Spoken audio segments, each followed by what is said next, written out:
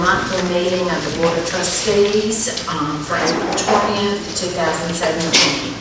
First item on the agenda is the invocation and pledge of allegiance, and I'll turn that over to Vice Chairman Beamer. Yes, tonight we have with us from Brooklyn Casey High School, Rachel Lane Honeycutt. She's going to be doing the invocation and the pledge of allegiance both tonight. Rachel's a senior at BC where she maintains a 4.2 GPA. She's enrolled in honors and AP classes and is a member of the Latin Club. She is an AP Art and a member of the Art Honor Society. Rachel loves drawing 2D work. She is in the choir at her church and she enjoys spending time with family and friends. Currently, Rachel plans to attend a 4-year college and major in visual arts and a minor in psychology. She hopes to become an art therapist. So tonight, Rachel, if you will step to the podium and lead us in the invocation, and then when you finish that, you can lead us in the pledge.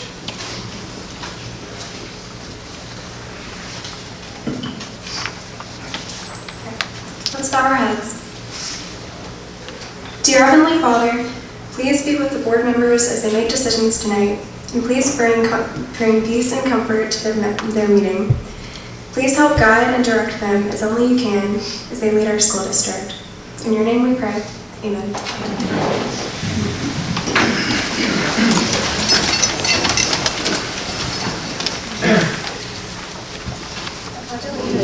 To the flag of the United States of America and to the republic for which it stands, one nation, under God, indivisible, with liberty and justice for all.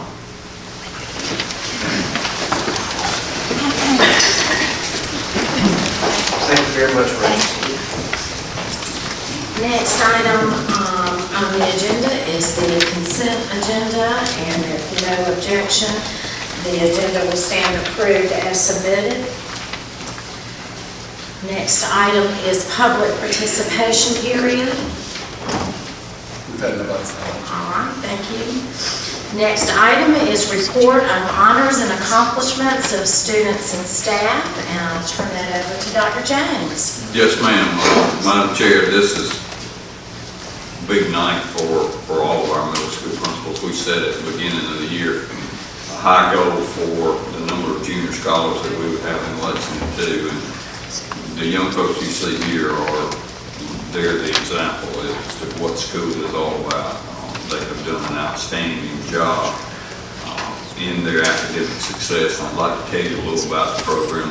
The Junior Scholar Program was developed in the school year of 1985-86 and identifies 8th graders who have exceptional academic talent. The program reflects the growing statewide effort to improve education in South Carolina and responds to the needs of students who have unique abilities. The purpose of the program is to identify those students and provide them with the opportunities that facilitates their intellectual growth, broadens their individual interest, and promotes their scholastic achievement.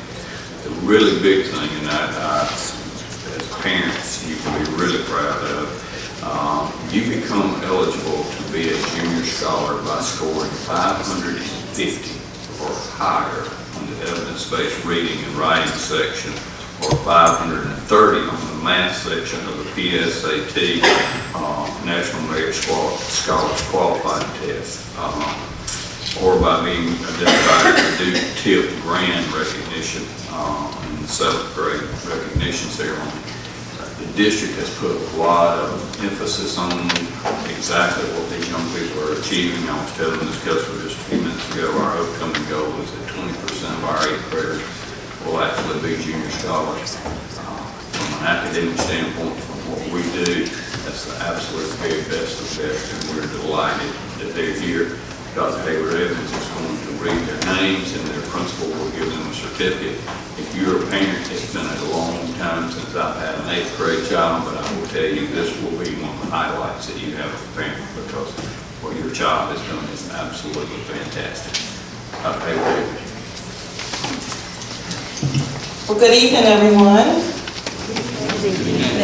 Hello, let me do a mic check. Good evening, everyone. Good evening. This is is certainly an auspicious occasion, and as Dr. James stated, do not take it lightly that you're seated here. You're exemplars for Lexington School District 2 and for our community. You're bright and shining stars, and so we commend you. We commend the families. I had a grandparent who's sitting on the side. She said, "Where the grandparents sit?" I said, "Ma'am, you sit anywhere if you want to. You can have my seat if you like." But at any rate, we are just so honored to be in your presence tonight. Tonight is about you and your family and the community that supports you. We're going to call your names. You're going to come up front. You're going to receive your certificate from your principal and your guidance counselor. We're going to ask Dr. James to come up front as well.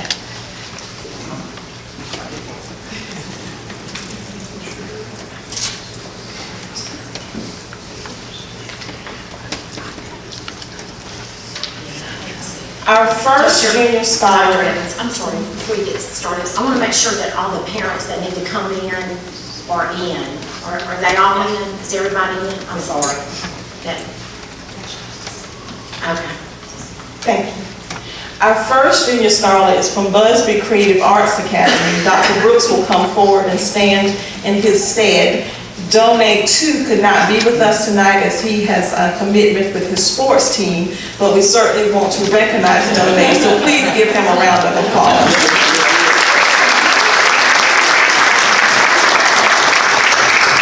Would the representatives from Fulmer Middle School please come forward?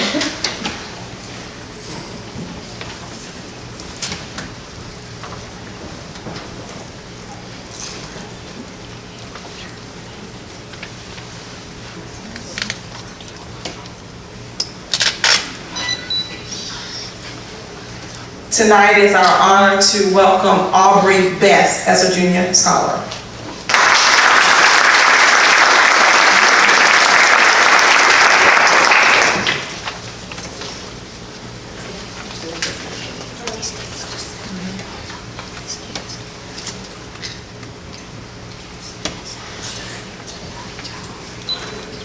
Jordan Boone.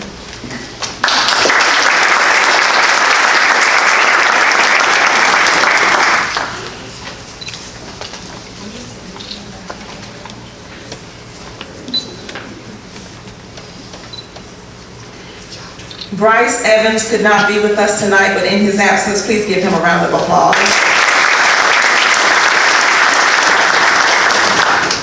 Caroline Reddick.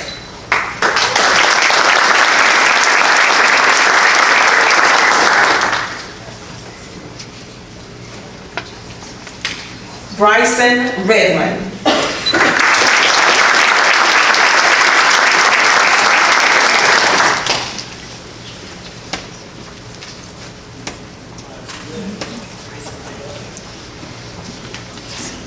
Kimberly, but she goes by Reese Yarborough.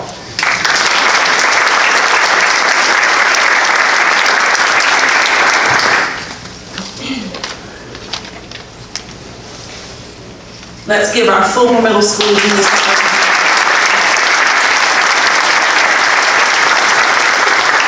We would ask that Pine Ridge Middle School come to the road podium.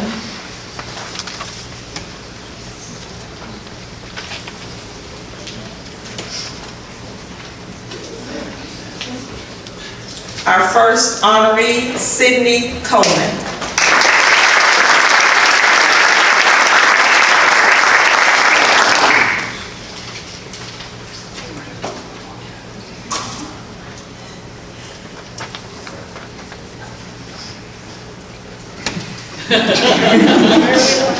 Kaylin Laskuski.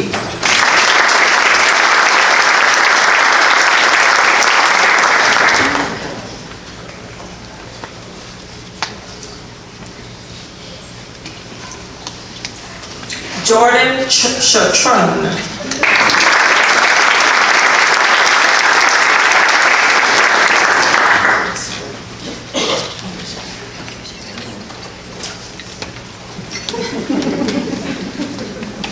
Alex Jakes.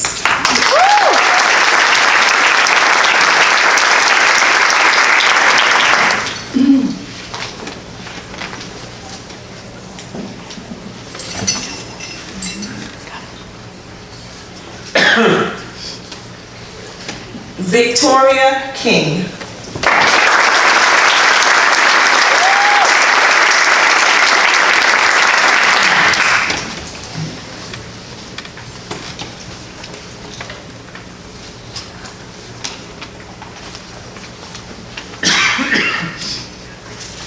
Let's thank Pine Ridge Middle School.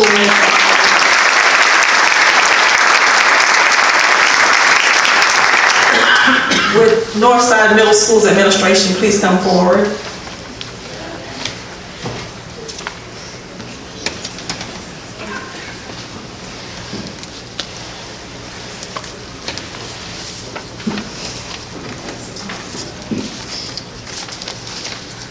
Our first recipient tonight, representing Northside Middle School, is Miss Gretchen Berry.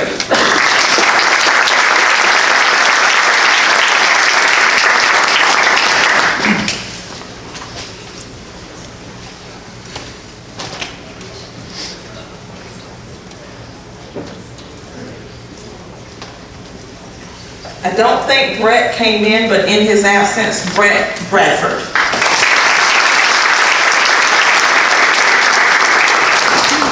Carly Kraft.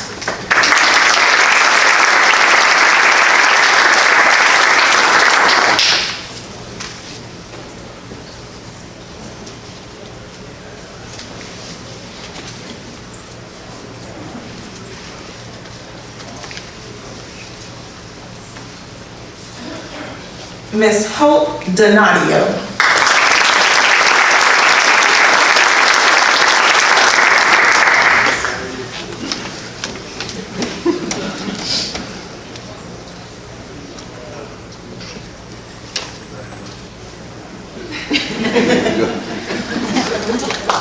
And it's always nice to do your homework, so I spoke with this young lady prior to the event. I said, Haley, she said, no ma'am, Hallie, like Halle Berry. So Hallie Hungerford.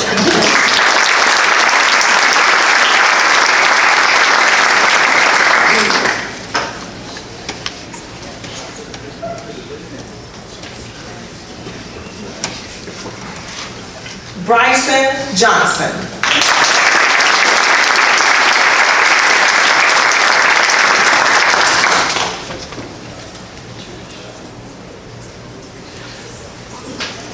Rachel Odell.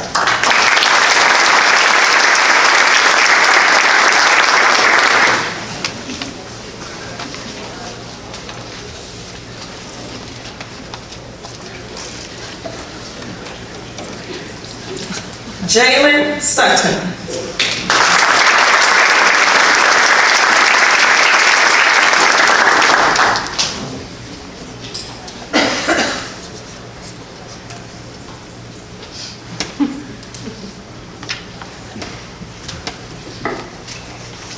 And I don't think Gavin came in, but Gavin Taylor.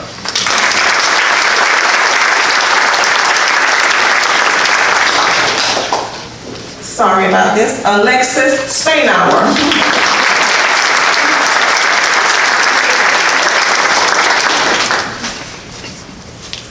Alexis' grandmother was the first person here, so I don't know how I missed that one.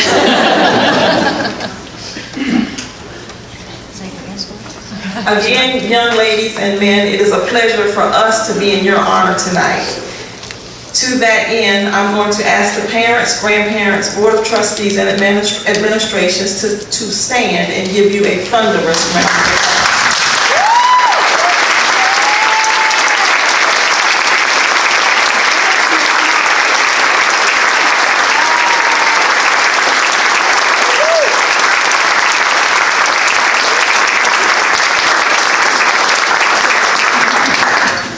We thank you for your commitment to Lexington School District 2. We always charge our junior scholars to return to your home schools, find a brother, find a sister, and lift him or her up. Again, you are our shining stars, so it's now time for you to continue to be your brother and your sister's keepers. Find someone and encourage them next year to be a junior scholar too. God bless each of you, and you're welcome to stay to the board meeting, or you can continue to have refreshments in the lobby. I believe Mr. Ward's here. Can we make sure that we get a group picture of them outside? Yes, ma'am. We've asked them to stand out front on the steps so that they can get a group picture. Thank you. Thank you.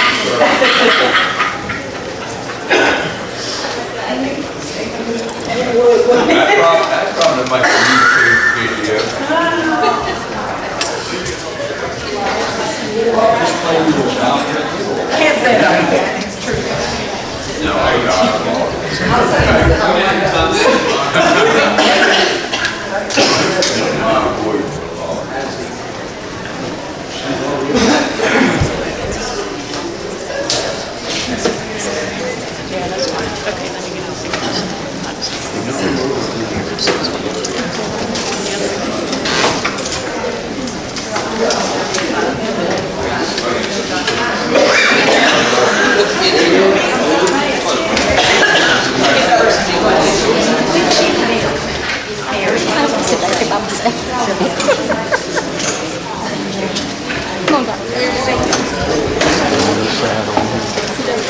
was mayor from Sydney from there.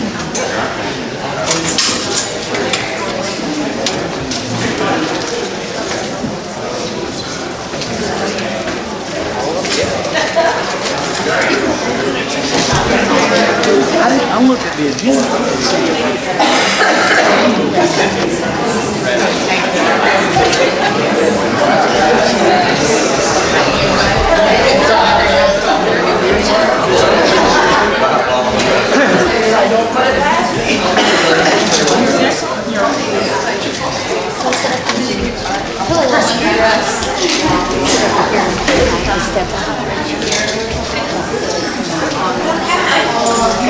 We'll continue.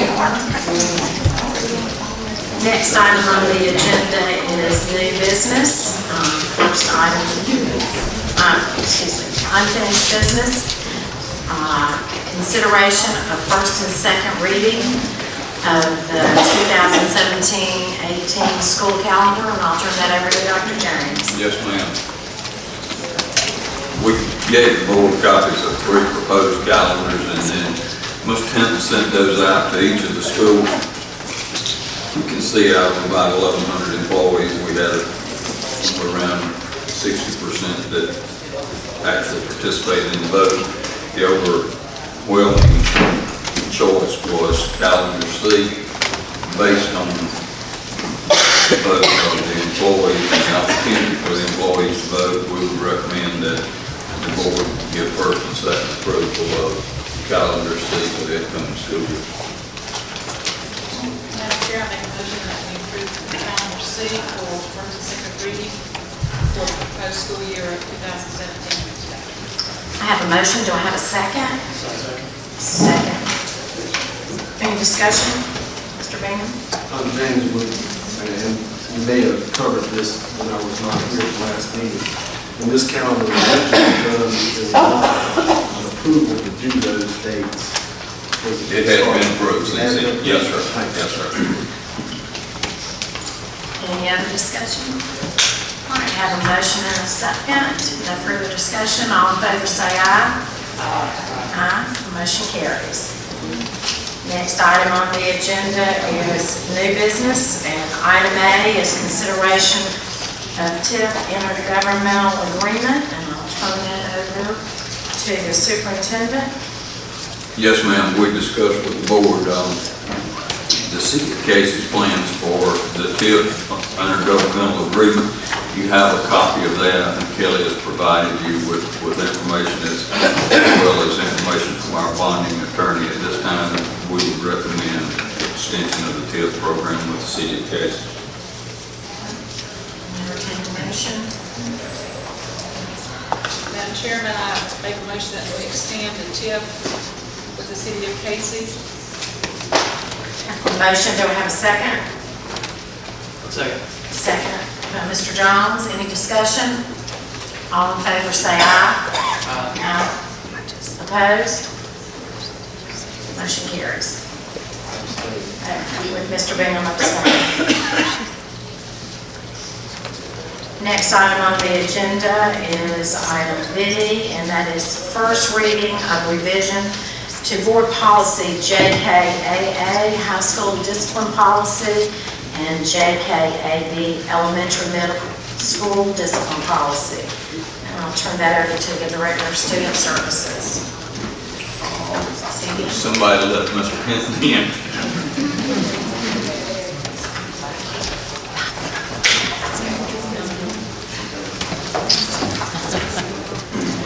Y'all normally vote and hardly do it.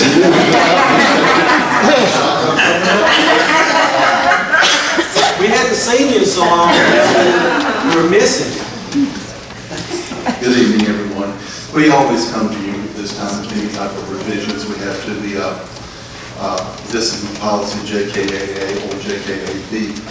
The JKAA, of course, you know, is the high school discipline. JKAB is the elementary and middle school discipline policy. We're proposing change to both of them.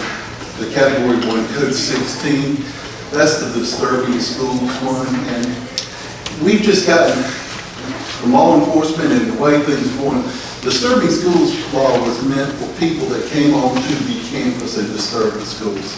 And it really wasn't made for students. So we're going to change that one. And it still will carry out, and you can see the changes that we've made. Any act that is detrimental or disrupts school environment to include assaults or fights that affect a large number of students and staff. And it will be proposing, first reading, any student's action that is unsafe, dangerous, or hazardous that interrupts the regular school setting to include assaults or fights that affect a large number of students or staff. We're recommending that for both JKAA and JKAB.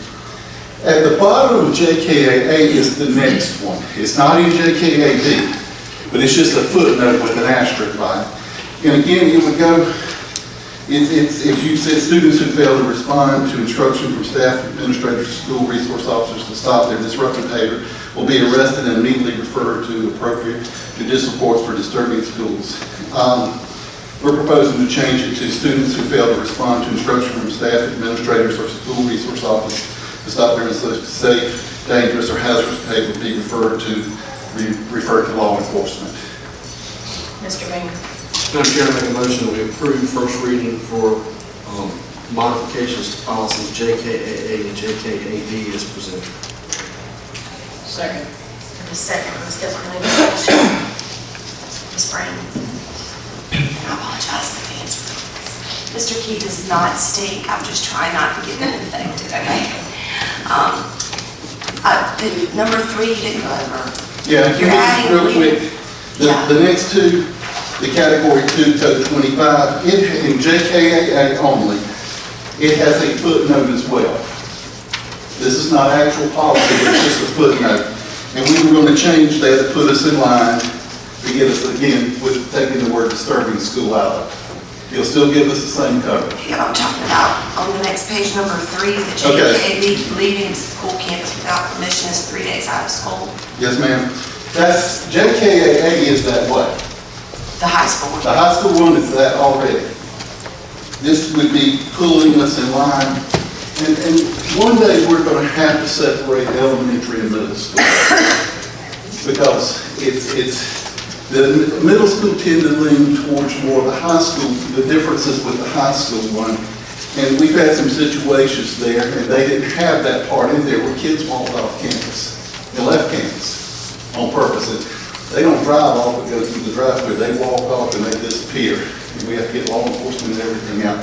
So we wanted to add that one there. Let's try to see if we can stop that. I think that was my concern. They had it when I was in the high school policy.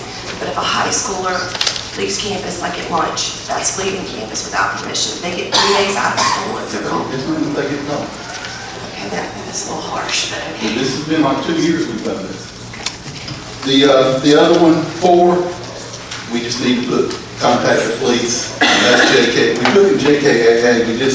I don't know why we didn't put in JKAB. And then the last one is the bullying rule. We're proposing to change the elementary JKAB only to what the high school one says. So both of our policies will be consistent. So the kids will get used to it all the way through school. Question about the options. When you put things in parentheses and it says options, the 0 to 3, because the 0 could be 3, do we not need to put a number there that is consistent? No, it's not 0, it's out of school. Out of school. The parenthesis means that you can, if you look at the very last page with category 2, code 41, it says, if you look at the red, it says first time, out of school 3, but there's an option of out of school 5. Right.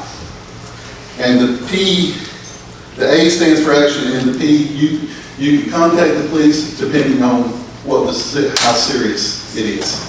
So that is left up to an administrator. Okay, Administrator A deals more severely than Administrator B, so it depends on which administrator handles it, whether they get 3 or they get 5. Yes, ma'am. We need to be consistent on that. Most of the time they go with what we recommend, the one that is the policy. Thank you, sir. Yes, ma'am. Any Any further discussion? Yes, on JKAA. Yes, ma'am. Under high school student, and I guess it's always been here, but for some reason it struck me this time. And I see page 2 of JKAA high school student discipline. The 1-year expulsion is subject to modification by the district superintendent of education for case-by-case.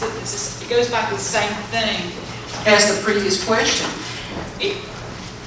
Are we going to treat one child different from the other? Are you actually in the policy? No, sir, I'm here, that's why I'm saying it's on page 2. And I don't think I've really seen that before.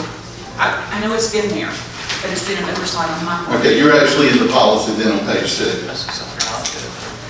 Yeah, I realize it's a South Carolina code, but it just seems like to me, that's It's the actually same state thing. law. Yes, ma'am. Most of our policies, especially the discipline part, when it gets to expulsion or suspensions, we follow right along in parallel state law. it just seems like we're treating the kids differently depending on who they are or something here. I'm like, Ms. Previous Casper, question. I don't know that you've had an issue with a gun before, but I can tell you, in 17 years, a gun gets you a calendar year out of school. It does. Means pretty much you lose 2 years of school. That's not an option. That, regardless of what the rest of the statute says, the beginning of the statute says a calendar year. and that's why I hope it should be a calendar. That's exactly what we go by. Yes, ma'am. We That's what I'm can't saying. change law, That's but what we can we're certainly talking about. follow it. Thank you, And in my 16 years, that's never happened. thank you. I did remind that. Okay. We have a motion, we have a second. Any more discussion? All in favor, say aye. Thank you, guys. Motion carries. Okay. Next is item C, and that is consideration of capital projects improvement fund budget, and I'll turn that over to Mr. Eisenhower. Thank you, Madam Chair, members of the board, Dr. James. If you want to refer to the CPIF budget sheet, I think it's 2 pages in front of section 8 in your book. It's basically the same sheet that we gave you at the workshop with some slight modifications. We're also, I think we have a technology sheet that we have given you, I guess, tonight. That should be part of that as well.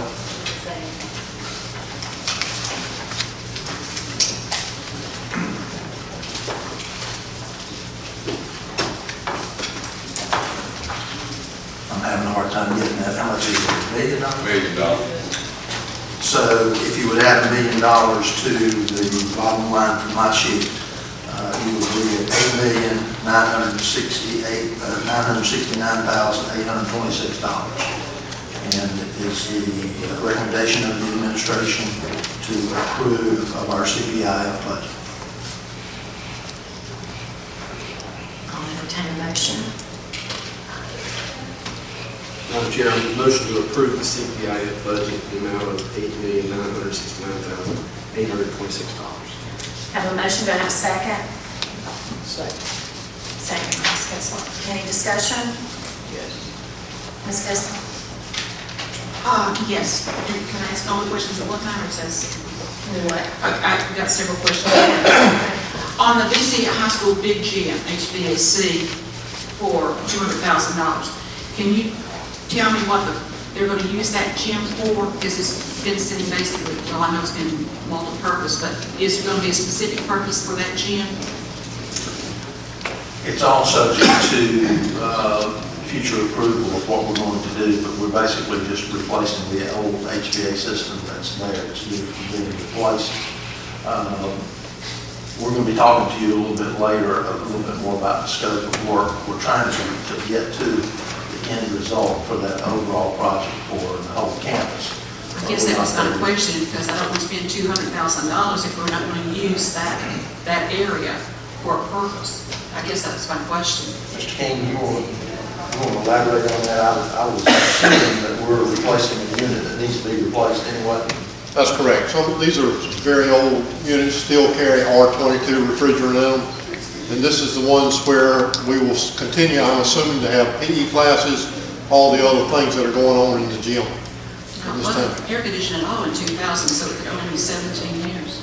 Ma'am, I couldn't hear It you. wasn't air conditioned at all in 2000. You're talking about the small gym up at the front of the school? That's what I'm asking, is that the old gym up in, No, ma'am. okay, you're talking about the Existing gymnasium. existing gym today. Yes, ma'am. Okay, so that air conditioner wasn't put in until 2001, and you're telling me that it's already bad? Yes, ma'am. It's the old refrigerator. Yeah. Okay, that clears that up. Okay, then the roofing for Springdale, does this include all the roofing for the building other than the new portions? So that will be, with the new portion, that means that entire building will be a new roof? Yes, ma'am. Thank you. And then HVAC for replacement at the airport, what wing is that for $250,000? That's the 100 wing, which is it's not actually replacing all of the units at the 100 wing because some of them are not due to be replaced. They have not aged out yet. Okay, that you say 100 wing, they've renamed those wings, so can you tell me what area that is? And at the round, That's in the fine arts area up front, the admin area and fine arts across the front of the school, Yes, sir. between 100 Wing and Boston Avenue. Then down here for the activity bus replacement, bus one, at $101,000. I'm all for that, but a couple of years ago, we purchased several activity buses. And the air conditioning is already out on those, and it hasn't been repaired. And we were very specific when we did that. We want to make sure that we keep those buses in good shape. And I understand it's already been written up, but it hasn't been attended to. So can someone follow through on that to see that that vehicle is repaired? Mr. Sergeant here. No, I didn't see him. I'm going to ask him. We will. We'll take care of that. Thank you, sir. Another thing on here that I wish we would address on some CPIF or some budget, and that is the maintenance parking lot is a travesty for Airport High School. When you drive that road, which I do daily, I look at those vehicles that haven't been moved for probably 10, 15 years, some of them, and they're just parked there, and it's an unsightly situation. Can we ever include on some fund to take care of that unsightly mess down there? Yes, ma'am. We removed several vehicles when I first got here. There are some vehicles that sit there that don't get used very much, but Mr. King? And there's also the trash and everything that's piled up, and it's right there in view of that campus, which you're spending a considerable amount of money on, and it just distorts that whole facade. We'll take care of that. Thank you, sir. That's my questions. Thank you. Ms. Kessler? The whiteboard replacement, is that district-wide? Yes, ma'am. We're just going to start replacing those throughout the district. Thank you. We'll go as far as we can with what money we have. So it's anywhere or everywhere? Two questions. To follow up on what something similar on, when you've got painting in Springdale, painting in Saluda River, I'm assuming those are areas that are not being affected by their renovations. It's going to be in conjunction with so the whole school, both schools are going to be completely repainted. Okay, thank you. On the technology question, replace dead worn out smart boards. Are we actually replacing the smart boards? My understanding is those are kind of being phased out, or do we still have teachers that are really utilizing those, going to the smart TVs, or what the plan is there? We've spent Mr. Giles a lot of time moving to the smart TVs in a lot of our classrooms. But that's the answer, that we're moving. So when a smart board dies, we're typically not replacing it. We're moving to smart TVs, correct. Okay, thank you. All right, any other discussion? All right, I have a motion, I have a second, no further discussion, all in favor say aye. Aye. Opposed? Motion carries.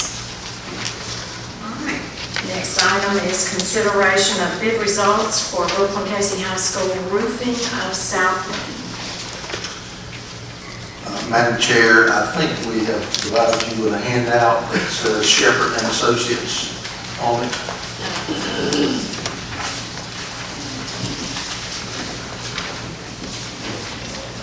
There's actually two handouts that will be coming around to you. One, they're paired together, but one's the Shepherd Associates and one will be on the Cade Center.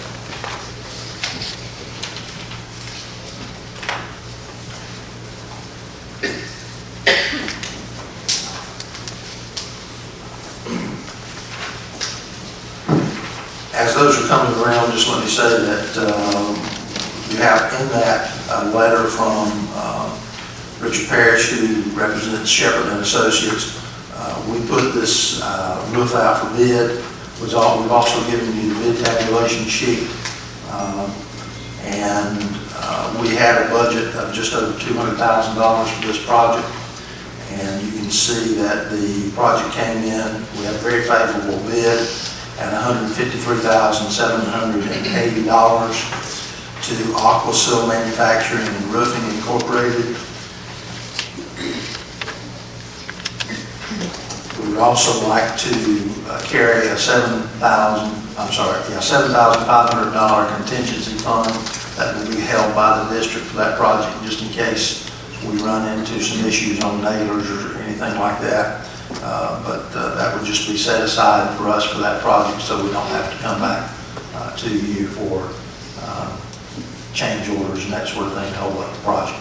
So the administration would recommend that you approve the roofing contract for Brooklyn Casey High School South Wing in the amount of $153,780 to Aquasil Manufacturing and Roofing Incorporated. Mr. Bain? Madam Chair, I make a motion that we approve the award of contract for BC in the amount of $153,780. I have a motion, do I have a second? Second. Second by Mr. Giles, any discussion? All in favor say aye. Aye. Opposed? Motion carries. All right, next item on the agenda is consideration of schematics for new Brooklyn Casey High School baseball press box and new canteen and restrooms.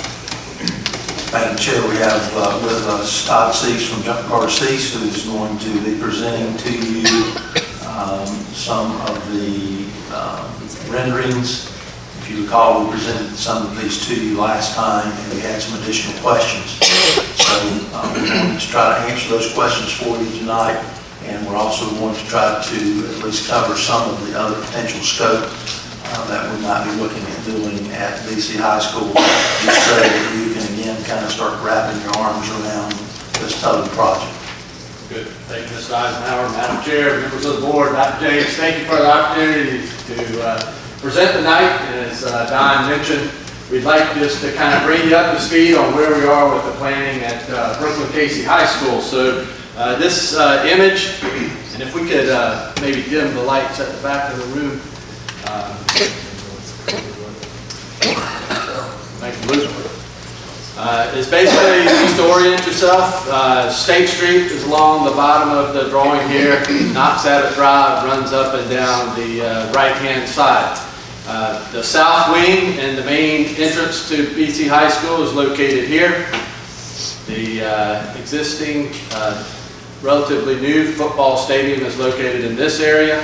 The new Motel 6 property is located right here. That'll be the new site of the arena. I'll share some images with you there. You can see that we've got connectivity from the new arena over to the existing gymnasium, so it really becomes a campus, and all of the students will be in a secured environment. So that's one of the goals, where we will actually kind of gate and fence off the entire campus around the perimeter, and creating a safe and secure environment for the students and the staff to move back and forth to all of these facilities. You can notice that the vocational building will be totally renovated and transformed into a science and technology center. That process has begun with the I2 Tech programs. So we've done 3 phases of that already. We'll take the remainder of those spaces once they move over to the new Kate Center and renovate those spaces into science labs and also a multi-use type facility that can be used for athletics, cheerleading, wrestling, as well as baseball and softball. You'll notice that at the back of the 7th Street, kind of the eastern end of the, the western end of the property, you'll have a new baseball press box that will closely simulate the new press box at softball. So it will appear to be the same type construction. And then there will be a shared concession toilet facility for baseball and softball to utilize. And then we'll be adding the 5th tennis court at BC as well. One of the things that we've been talking with the administration and school administration is the need for to renovate that existing auditorium over at Brooklyn Casey High School. So this is a plan of what we would propose to do with the auditorium renovation. Basically rebuilding the stage area. So it's in need of significant repair.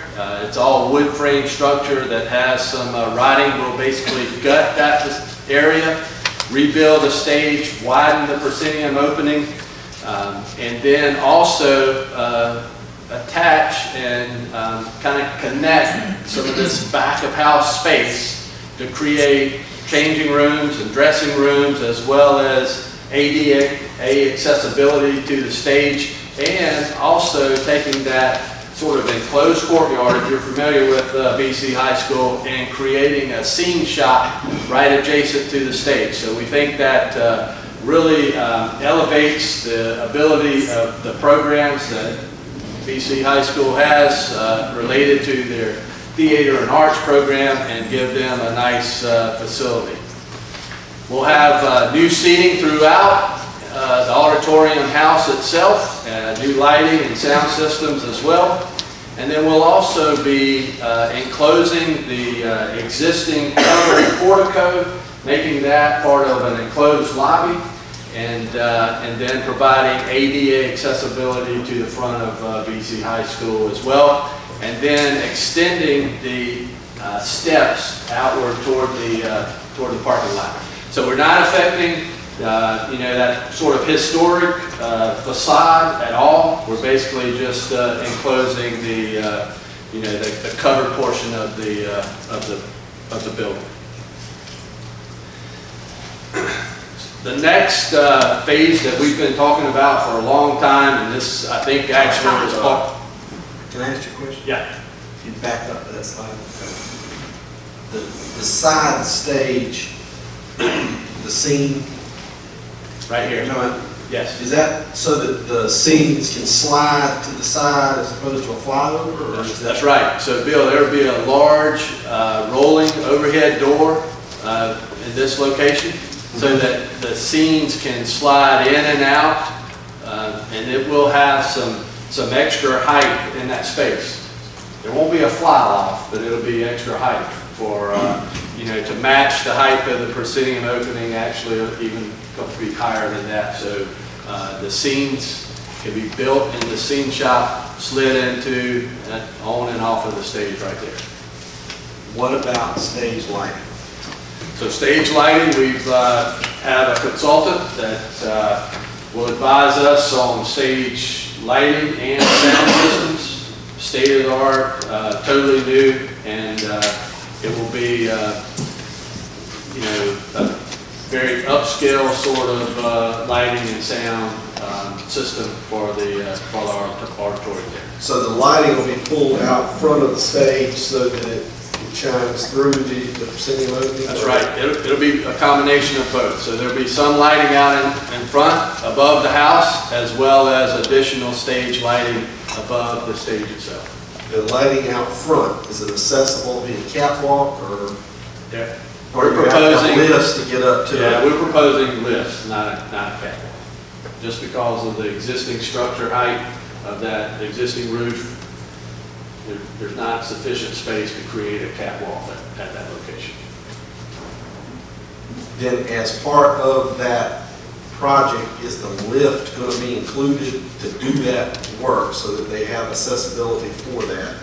And it'll be safe for those kids to be able to get up and modify that lighting?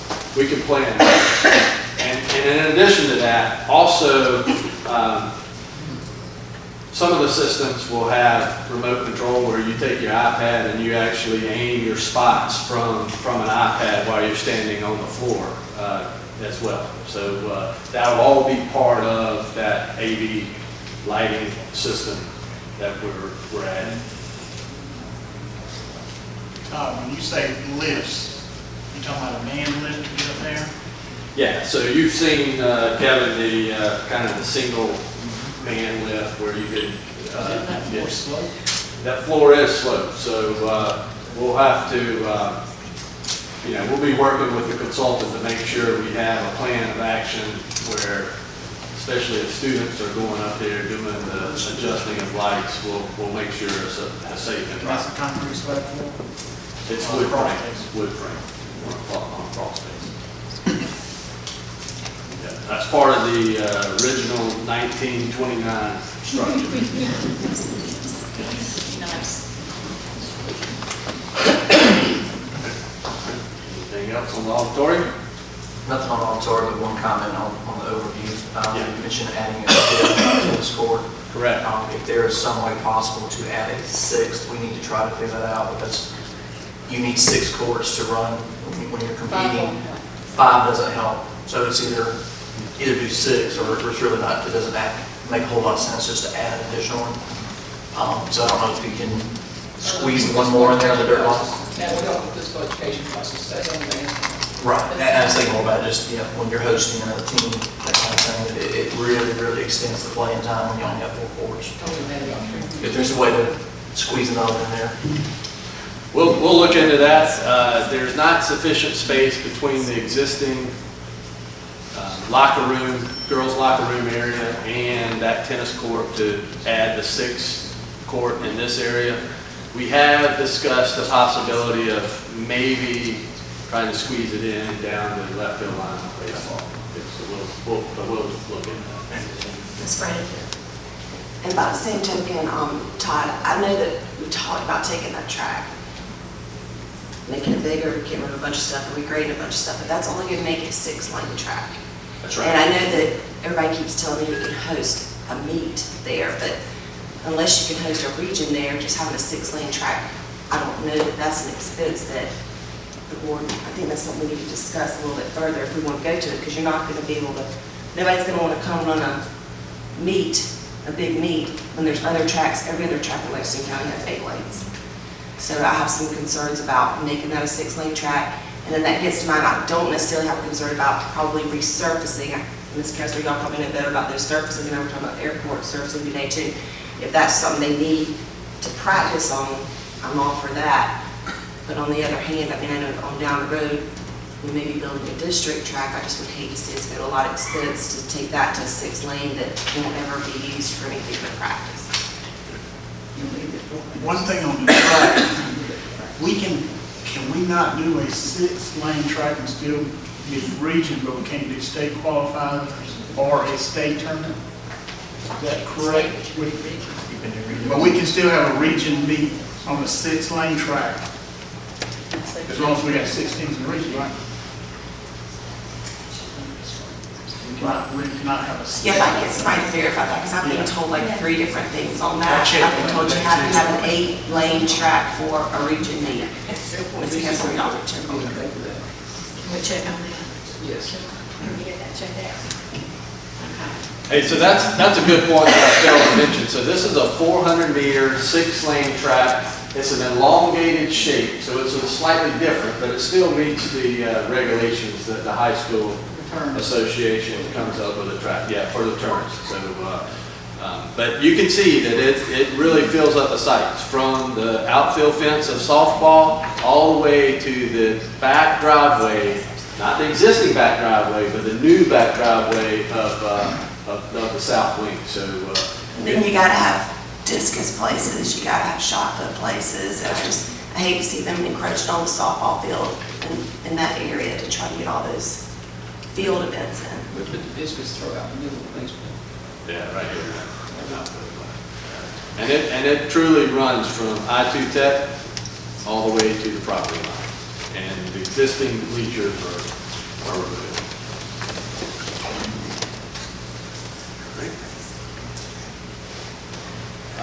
Just an aerial rendering. Can we back up on that one? The stadium, where would the seats go for spectators on the track? Do we have room for that? Well, what we thought about, Kevin, is actually adding a bank of bleachers kind of down in the turn. And again, we can kind of think through the best location for that, but there are not a lot of options. There will be limited options for viewing of track events. And I'm 100% for track, because I spent the last 2 years spending a lot of time at tracks. So just looking at this and being a parent, I mean, I don't know, maybe I want to come and do a track meet there.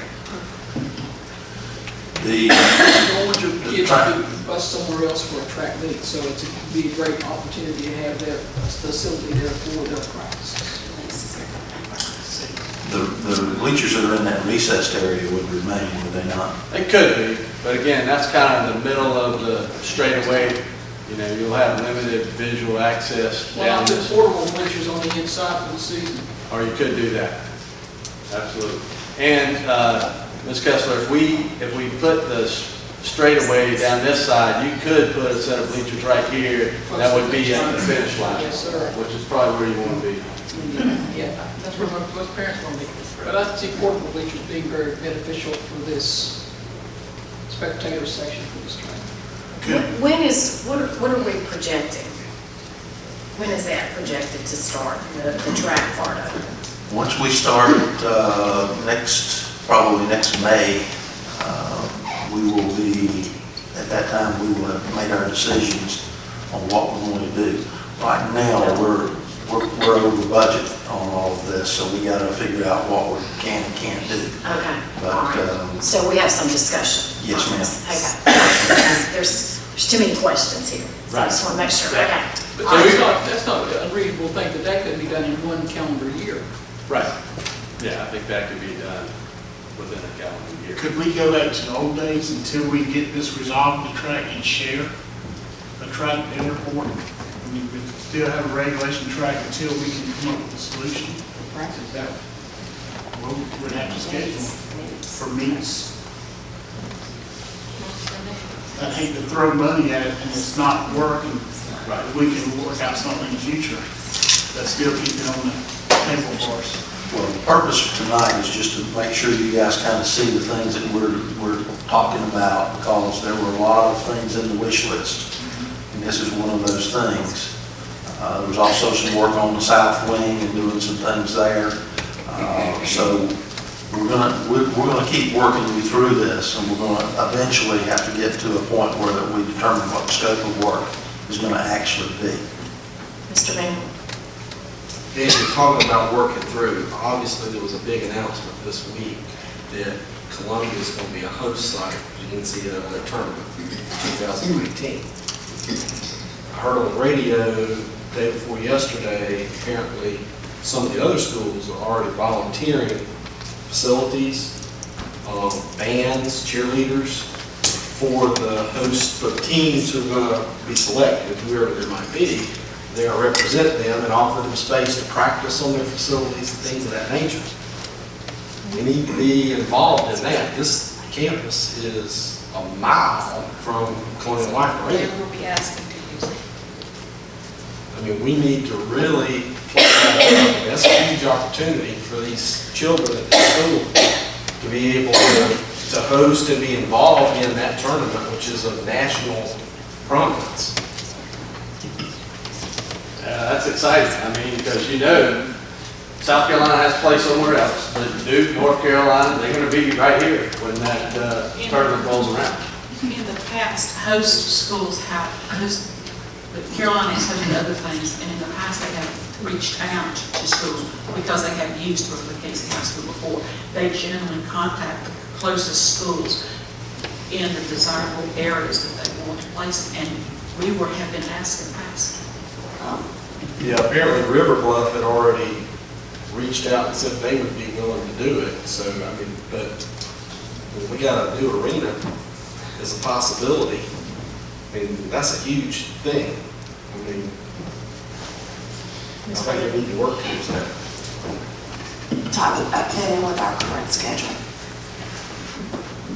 Well, look, we're here tonight to get some ideas, and we'll be prepared to meet whatever schedule the school board decides and the administration decides is the desired schedule. So on the schedule we're on now, would you be ready if we said, let's go? We're ready to move that up, or do you need direction on that? Well, right now, as Don mentioned, you know, the plan is to begin work in May of 19. If we need to move that up, we're prepared to do that, but we need direction from you guys. May of 18. Be finished in May of 18, but if we want to move that up, we'll be prepared to do it, but we'll just need some direction relatively soon. The problem we have is cash flow.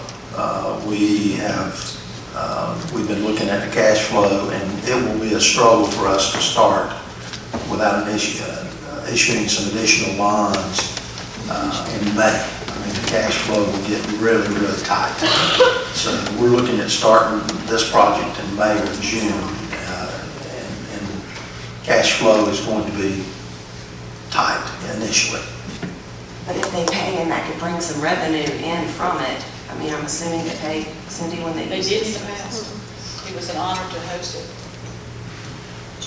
I just think it's something we all should look at, including the questions about the track at some point.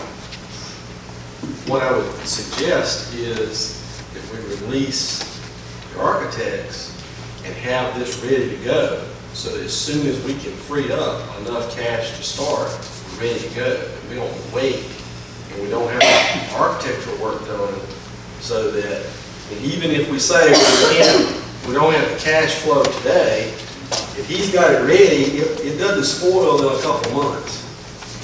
I mean, it'll be ready, and if we say, okay, we got the cash flow, then we need to move on. I mean, I was at a public finance conference, actually, I just got in from it this week, and I know bond rates have been coming down and they're becoming more favorable, so I don't, we've got the issue about another 100 million.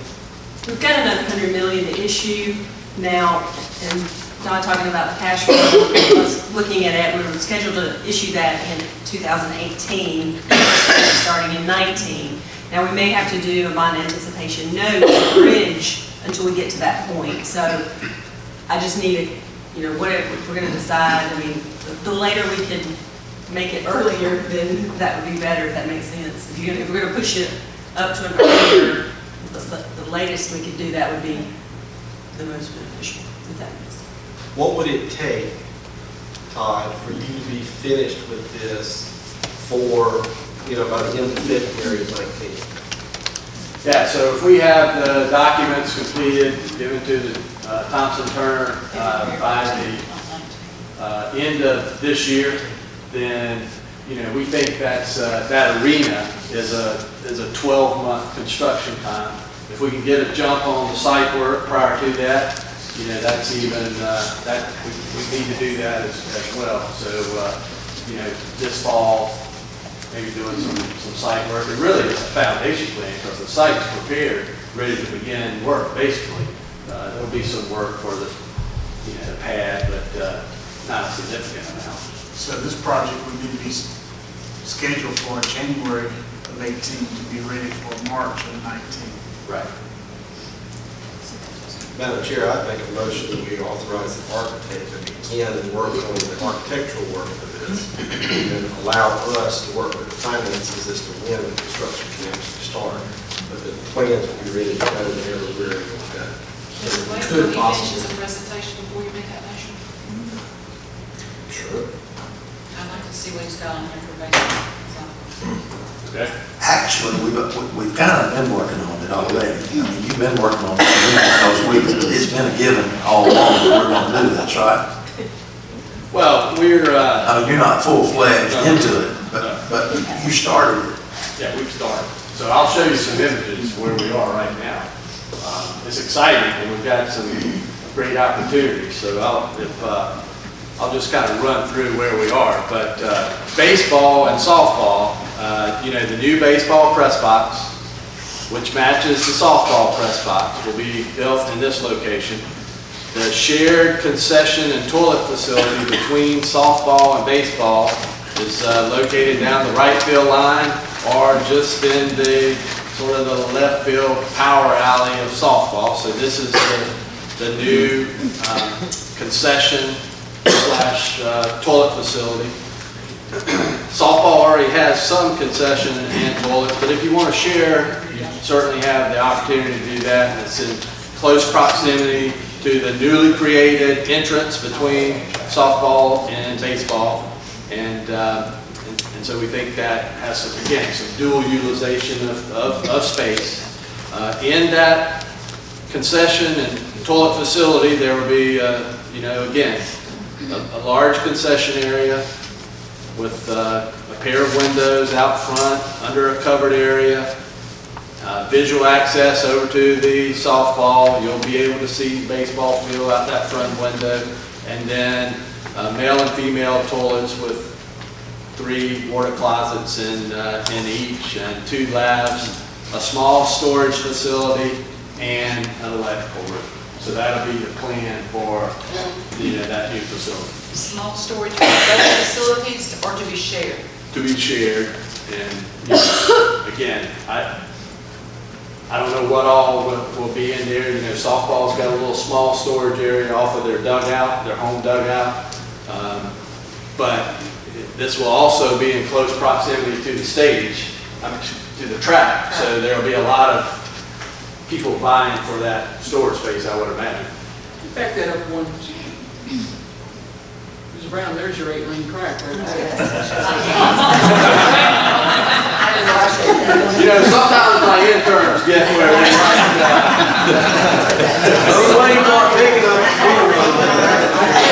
I promise you, it's only 6 lanes. Sir, that drawing says that. She got a little happy on her line. Todd, Let me move off of that. going to the press box. Is the press box not identical to the softball? It's almost identical. But there's a canteen in No. So down below there would be a storage facility for baseball. It's actually. Okay, so if they have the storage then that would free up the other one for softball. Right. Or for track. Good. Yeah. Is that all that's in that press box? It's just that storage and then the upstairs area? Yes. No other rooms, no other little cubbies, no. Thank you, sir.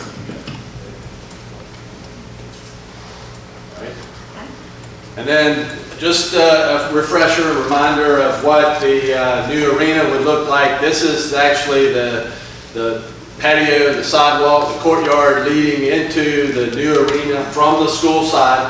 Again, and I'll show you a plan of this, but a fairly dramatic entrance into that space. A lot of space to display trophies that BC has won over the years. Also, on the Knox Abbott Drive side, trying to create an image that would tie into the stadium wall. So we've introduced the use of some precast stone elements, archways, as well as dumping some transfused natural light into the gym space. Bill, as you mentioned, with this NCAA event happening, we have a 94-foot college basketball court, and I think that's important to note, and certainly what is kind of the standard now for high school courts. The arena would be in the round, so you would have seats all the way around the facility. There will be visiting locker rooms, girls and boys, home locker rooms, girls and boys, a referees area, a small training facility, a weight room complex, AD's office, and then this is again, the main lobby with connectivity out to Knox Abbott. We'll have a space for a Hall of Fame type room and or instructional type classroom space, and then the support areas for restrooms and concessions. What's the total square foot on that weight room? It's a little over 4,000 feet. And the natural lighting that's coming into that gymnasium, the natural lighting that comes into the arena at the airport is very detrimental to any volleyball match ever been hosted there. Is it going to be the same thing here? Can you not do something to prevent? So I'm trying to recall the natural light into... Comes through the atrium, yeah. right into the gymnasium. All right, so it'll be totally different. So that's clear glass. This is, there'll be translucent, where it lets natural light in, but no direct sunlight. Yeah. Thank you, sir. What are you going to do with the old athletic office and conference rooms and stuff that you now have? What are you going to turn that into? So the assistant coaches will still be housed, from what I understand, in the existing office area there now.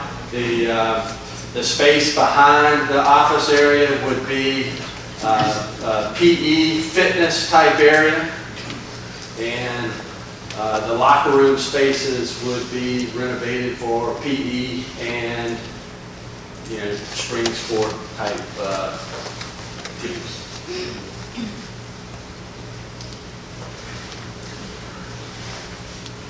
I noticed with the baseball complex now, the covered batting cages and all are now going to the IT Tech building, so it will not be any outside area.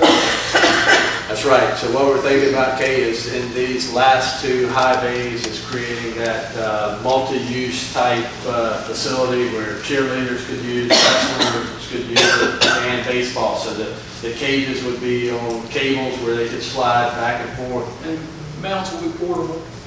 That's right. Portable pitcher mounts. Softball and baseball. They don't have a mound in softball. That's right. That's right. What's that? Would you go, no. Okay. I won't trade my life for yours, okay? Would you go back a little bit to the baseball field? Yes, sir. The screens that are put up there, if they're going to be an additional height, I just received a complaint last week from people that live in a house across from there, and baseball's been hit through their window, and they're having difficulty getting assistance in getting those windows replaced. So what we would propose, and Cindy, I think this is a great idea, is this is a cable sort of netting system that has additional height, and it ties back into that existing brick, backstop wall. Okay, are you bringing it up to the dugouts, beyond the dugouts, up this way, because that's where the issues are? Well, right now it stops at the dugout, but we could investigate adding another sort of netting system on down that left field line. When we have baseballs going through homes, I think we need to. Good idea. I like it. All right, we have a motion on the floor. Do I have a second? With this baseball, with this taken off, what's the money down? It was $1.2 million for the adding. What is it now with the press box and the canteen area, restrooms? It was 1.2. So approximately $350,000 for the batting cages is off the table to be part of the renovation. So it's an overall net savings to the project. I'll leave that up to you. Okay. And the lane lanes are pretty nice. Okay. Thank you, Todd. All right, We have a motion on the floor. I have a second by Ms. Branham. Any discussion? All in favor say aye. Aye. Opposed? Motion carries. All right. Now, before we leave that, Okay. we have the original recommendation to do the baseball. You need a motion on that? Yes, ma'am. Okay. The baseball press box, new canteen, and restrooms. All right. Madam Chair, I make a motion to proceed with the baseball, press box, canteen, and restrooms as presented. All right, I have a motion. Do I have a second? Second by Ms. Branham. Any discussion? Oh, okay. So what's the price without 800? Jenny? Well, we were at 1.2, if you take 250 off of that, I mean. You said 350 off of that. Yeah, Yeah, I'm sorry, 350, so. he's gone down to 800. The canteen's gonna be pretty expensive with all those restrooms and stuff in it, so probably, I'm guessing. I don't like just throwing numbers out.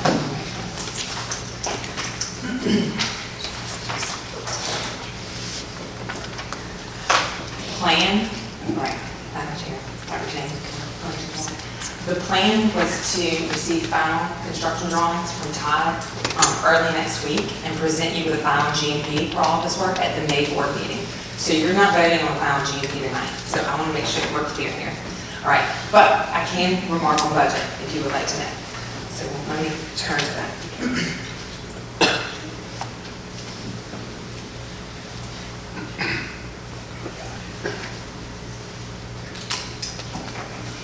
Sorry, right. I wasn't sure you were going to. I want to make sure that you're right. Madam Chairman, I can make y'all a question. We're just approving the design, that's fine. I thought we were approving the GMP tonight. Yeah, but I can give you a number. number set. All right, so including the tennis court, we're actually also demolishing 2 small buildings that are currently there. A light for the tennis court, and of course, if we can fit the second tennis court, we'll do that. And if we decide that we don't want to do the one tennis court, we can remove that from the scope next month as well. The concessions, the press boxes, we are at $1.2 million. That was with that. This did not include package. This is concessions, parking lot stuff. Press box. I can wait till next month. Okay. The right thing. That's with the press box, the tennis court, the concession stand, and the parking lot steps and the demolition. Okay. And Todd, the tennis courts, and maybe I'm just crazy because I don't play a lot of tennis, but could you take that one and just make 2 this way? So a pair of tennis courts is the same dimension either horizontally or vertically on the drawing. So it's exactly a pure square. So that will work. Well, the problem with that, Ms. Brown, is orientation with the sun and kids play. They've got to go that way. So what we may look at, Todd, the distance between the courts, I was speaking to the coach. Yeah, the distance between our courts is very, very wide. Okay. So they can look at tightening up the existing courts and maybe able to squeeze that second one in there. So that's an option. Thank you. We're very Jim, you can sit. We're just voting on schematic. Just the design, that's right. And then we'll bring a more refined price once we get the final drawings in. Okay, so I have a motion and I had a second. Do I have any more discussion? All in favor say aye. Aye. Opposed? Motion carries. Madam Chair, while we're on that topic, I just want to reinforce to Dr. James, let's make sure that we do everything we can to reach out and be a participant in that NCAA tournament. I'm sure all these other school districts are going to be chomping at the bit to be a part of it, but certainly with our proximity, we need to be in the mix. So let's don't make that our priority, that our district is our priority with our students. Our district is priority, but this is a big deal. We haven't hosted since 1970. I was a kid. Okay, next on the agenda is consideration of GMP for Cape Center Early Foundation Package. Mr. Allen. Mr. Seitzer, you going to be presenting anything on that at all, or we're just going to just give them the number? Mr. Cram's going to take care of that. Okay.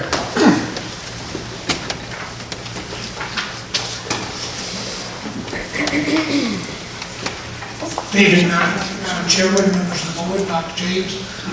We received 3 competitive bids for the work on the foundation package.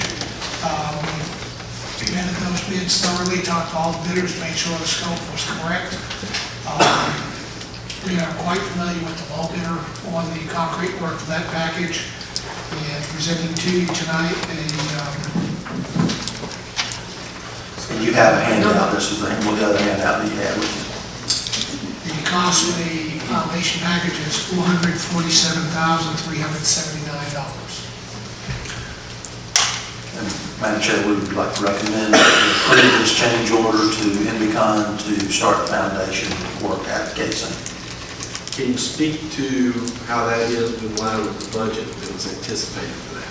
And it's just slightly over the original budget that we had that was established without having foundation sizes. We're within, I think it's less than 10% of the differential. And we've just received the plans to put together the rest of the pricing, which will be back before this board next month with the final GMP for the overall scope. You still see the final GMP staying within the budget, even with this a little bit over? Yes, sir. Madam Chair, I'd make a motion that we approve the GMP for the early foundation package. The Invicon, we're going to $447,379. I have a motion, do I have a second? Second. Second by Ms. Kessler, any discussion? All in favor say aye. Aye. Opposed? Motion carries. Thank you. Thank you. Next item is consideration of the GMP for elementary school on Cougar Drive. Got a handout so you don't have to write all this down.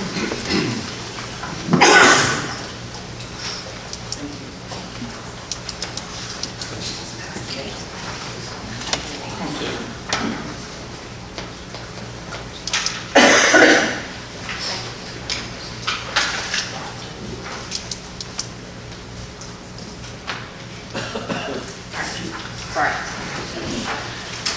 All right. Madam Chair, Dr. James, members of the board, we have gotten really good participation from the final contract documents that Todd and his team have provided for us.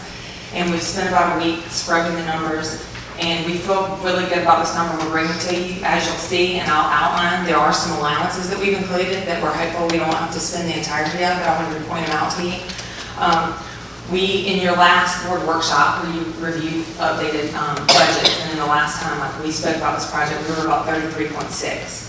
We feel really comfortable giving you a GMP of 33,388,372. $33,388,372. This includes your previously approved GMP for the early site package, which you approved, I believe, in March, which was $4,642,205. We also now have an allowance, which we were fortunate enough to fit into with this budget for some DOT improvements, which were recently added to our requirements. We're not 100% certain of what that scope of work is going to be for DOT requirements. A little bit of it is some lane widening, a stack lane on Cougar Drive, and then there's also a turn lane that's going to be required at 378. The length of that turn lane is still to be determined, and we've had some back and forth about that. Todd can speak in more detail about that if you have any questions. But we feel really good that the $625,000 will cover it. I'm hoping that it's really conservative and you'll get a good bit of that back. But we will update you with that as they make the final decisions, DOT, and giving us the final direction. And then at that point, the engineers will give us final contract documents and we'll be able to price them and give you a more accurate representation of what that cost will be. So next is the allowance for rock and unsuitable soils. The good news is that we got that early site package approved in March because we've already been able to get out there and start clearing trees and seeing what's out there. And we have had some more unsuitable soils than what we thought and what the soils report showed were going to be there. So we've increased that allowance to $400,000 because we're going to spend more than what we thought we had. But again, that is included in this overall budget. It's just a little bit more than what we thought we were going to include the first time. So that's the $400,000 allowance. And then I also wanted to make sure that everyone was aware that the $33 million does also include a construction contingency of $1.5 million, which will only be used for the need of weather events or any unforeseen condition of that type of event. So if anyone has any questions, I'll be happy to entertain them. But we are moving right along and I'm excited about our progress. Mr. Bingham. Madam Chair, I make a motion to approve the guaranteed maximum price for for Thompson Turner in the amount of $33,388,372 for the entire project, including the contingencies and allowances that been stated. I have a motion, do I have a second? I'll second it, but I have questions. Okay, second by Mr. Key, and now your question. On the DOT requirements, does that include or anything of acquiring land there, with that package there? The $625,000 in terms of our contract does not include land acquisition, but we're hopeful that we work out a solution that this amount of money would cover it. But Don Eisenhower will have to speak to actually what that land cost would be. We're still uncertain as to what that cost would be. We're going to be discussing all this a little bit later. This is what we think a worst case scenario would be for the construction cost. That's what I was thinking, I just want to make sure. I have a motion, and a second, any more discussion? All in favor say aye. Aye. Opposed? Motion carries. Thank you. Thank you very much. All right, next item is consideration of guaranteed maximum price for Airport High School, track resurfacing, stadium renovation, new canopy behind auditorium, courtyard security fencing, Eagles Nest renovation, and AV parking for visiting football, tennis, and baseball. Mr. Eisenhower. Madam Chair, members of the board, we have with us Contract Construction and also Lambert Architects. They're going to team up on this one and give you a short presentation of the scope of work that's to be done on this project. Madam Chair, Dr. James, members of the board, please tonight present a presentation for your consideration of our GMP Phase 2 work at Airport High School. Run down through the scope.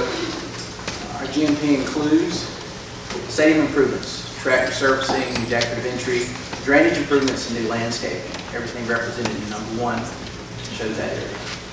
New canopy behind the auditorium, number 2. Number 3, courtyard security fencing with vehicle, pedestrian gates, and dumpster enclosures, number 3. Number 4, the Eagles Nest with some ADA parking, interior and exterior renovations, as well as 2 new ADA parking spaces along that drive.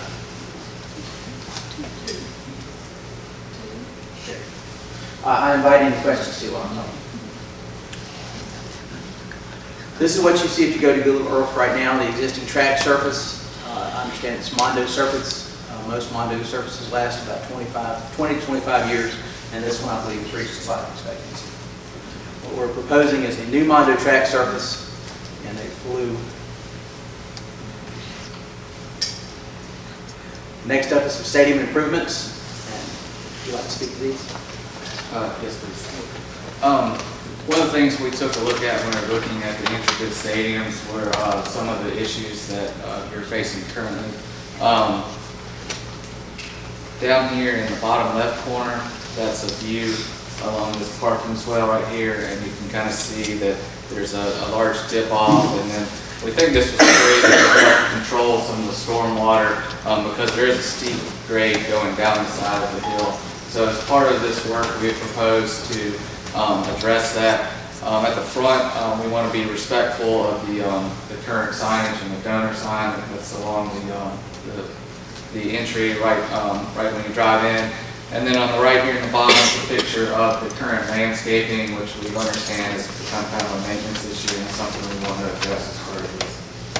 And the way I looked at those were drainage and erosion issues, hidden dated entry sign, and then overgrown landscape. A lot of landscaping right now grows through the fence and is a maintenance issue. The way to fix that, what we proposed, is to go in with a new retaining wall along this area to help prevent some of that erosion and raise up that swell area you saw where the car was at. New decorative fencing in these locations, aluminum picketed. New screen fencing in this location and the one opposite side to prevent viewing of the game and also replace some of the hedges. And then finally, the new decorative brick screen wall across the front to help accent the donor sign and bring a block to some of the headlights. Understand what some of the problems shining through there.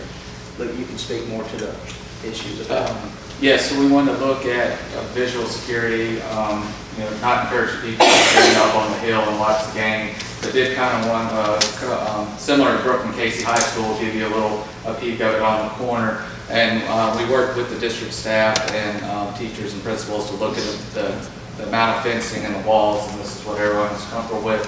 Our columns are going to be smaller versions of the columns that are already there with the signs to be respectful of architecture. And then to finish it off, we're going to have decorative lighting on the top of the columns that will be similar to what you have at Brooklyn Casey High School. And when Luke says smaller, it still means they're going to be good size because the current Yes. columns are 10 feet.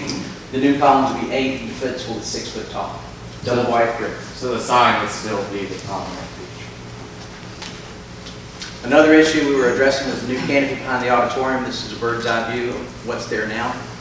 Something on the stadium. Yes.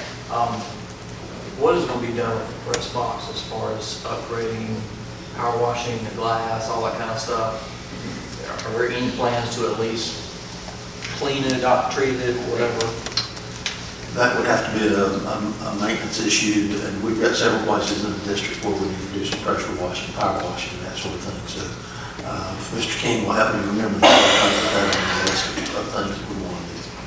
What about the glass in the press box? I mean, it looks like it's actually stained. I don't know if it's cleanable or not. Mr. King, do we have anybody cleaning those on a regular basis, that press box, or is it just kind of up to the coaches? Is that something that's on the list? Something on the list now. Take care of it.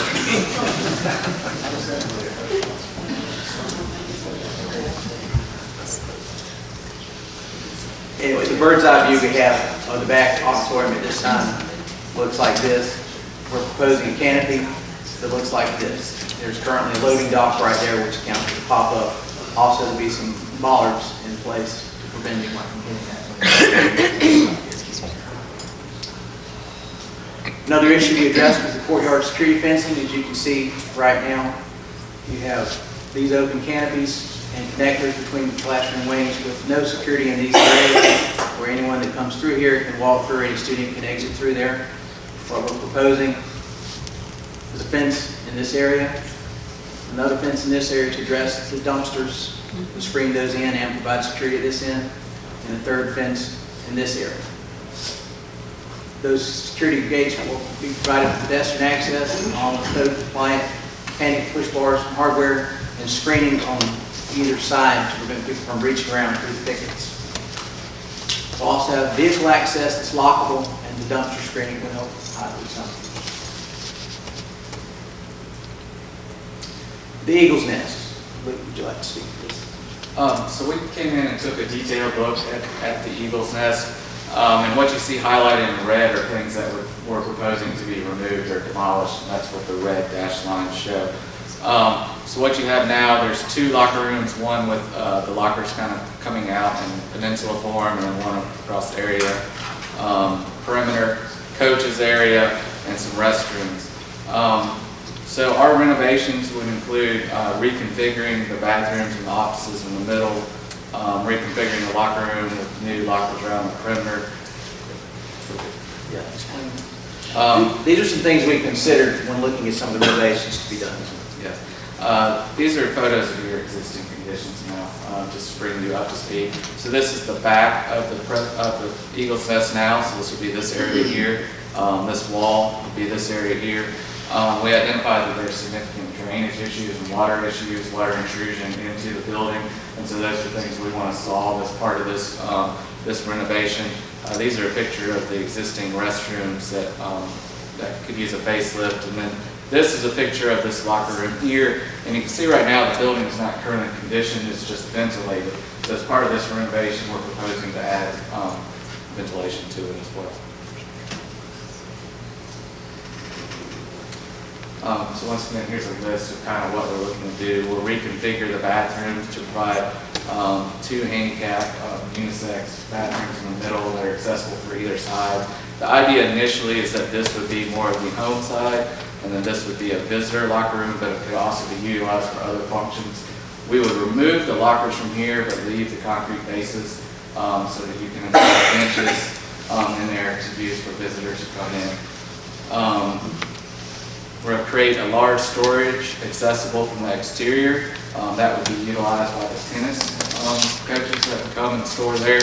We're going to replace the roof, new HVAC, upgrade the electrical system to accommodate the HVAC and the electrical changes that we're doing.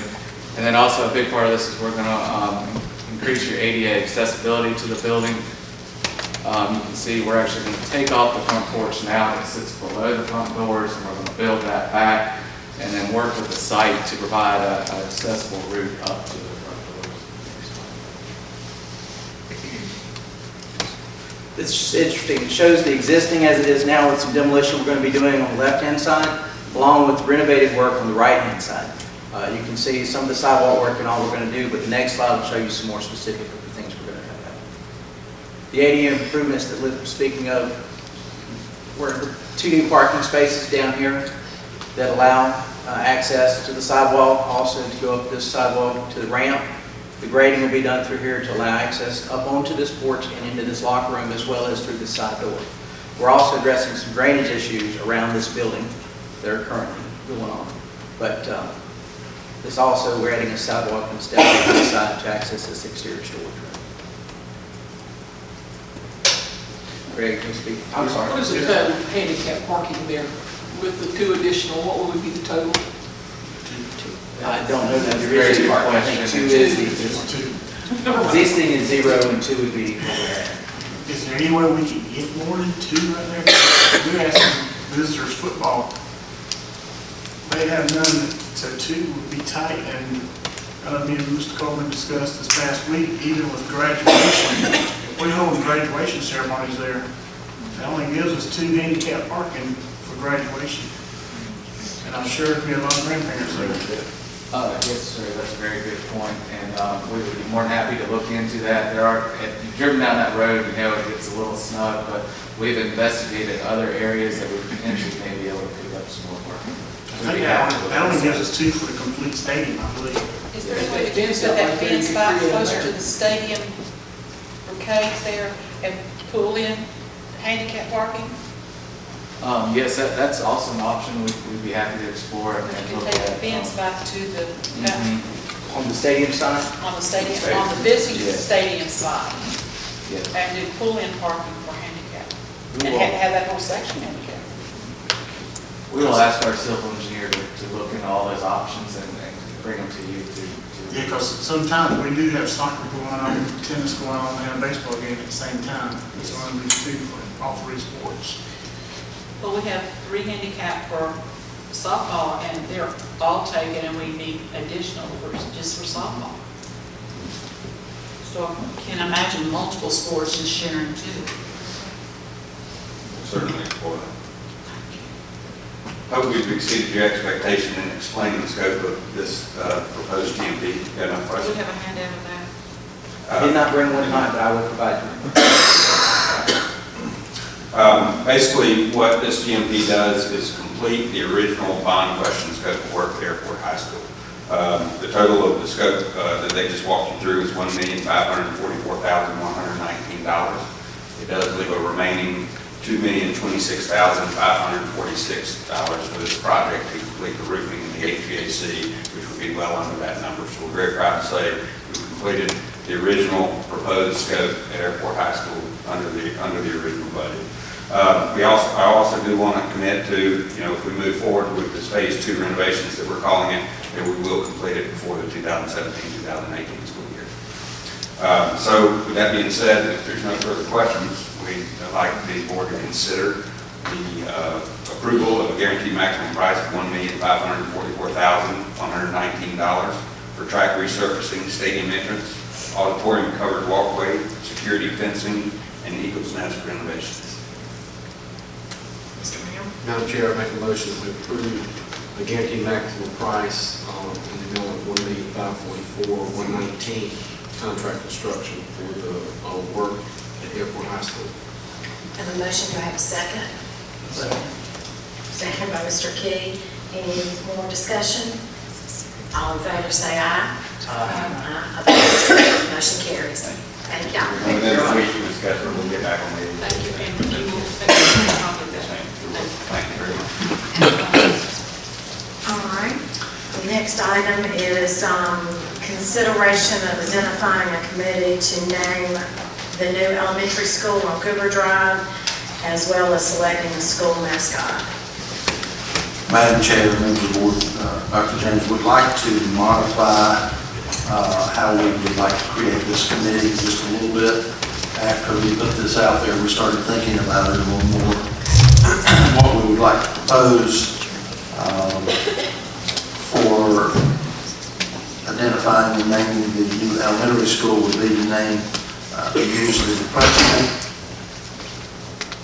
4 faculty members, which would be 2 from each of the feeder schools that's going there. 2 of those would probably be the teachers of the year. That's what we did with the last school. And then there would be 2 at large from the other faculty members. And then we'd like to propose, rather than a parent, 2 parents. That would give us a parent from each of the schools. And it would more than likely be their school improvement chair or something like that. That would probably already be someone serving in some capacity. So the only modification we're asking for there would be, instead of a parent, we're asking for 2 parents. All right. I'll entertain a motion. Madam Chair, I make a motion that we move forward to form a committee, consider naming the new elementary school, Cougar Drive, and to modify the administration's recommendation to change from a parent to 2 parents, 1 from each school. I have a motion to have a second. Second by Ms. Kessler. Any discussion? All in favor say aye. Aye. Aye. Motion carries. And also, Madam Chair, we'd like to modify item J, the recommendation to be changed to, rather than 3 faculty members, 2 faculty members and 2 business partners, along with the director. Okay. I'll entertain a motion also. Okay. Madam Chair, I make a motion that we follow the administration's recommendations for considering a committee to name the new Kate Center on Bulldog Drive with the aforementioned modifications to business partners. And 2 faculty. And 2 faculty members. I have a motion to have a second. Second. Second by Ms. Kessler. Any discussion? All in favor say aye. Aye. Motion carries. Next, we have consideration of requests for out-of-state or overnight student travel. Don't need it. In Beth Talk. I made the motion. Go ahead, Mr. Key. I make a motion to approve the recommended approval of student travel request. All right, I have a motion to have a second. Second. Second by Mr. Giles. Any discussion? All in favor say aye. Motion carries. Thank you. Next, we have administrative divisional reports. The first one is the superintendent. Dr. Jones, you have no report tonight.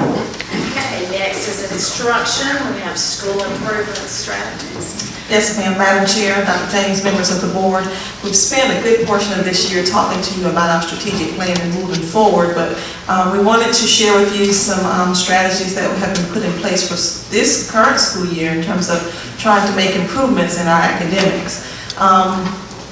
We were very fortunate Dr. James was able to secure a grant from the State Department to assist us with some after-school models that you're going to hear about tonight.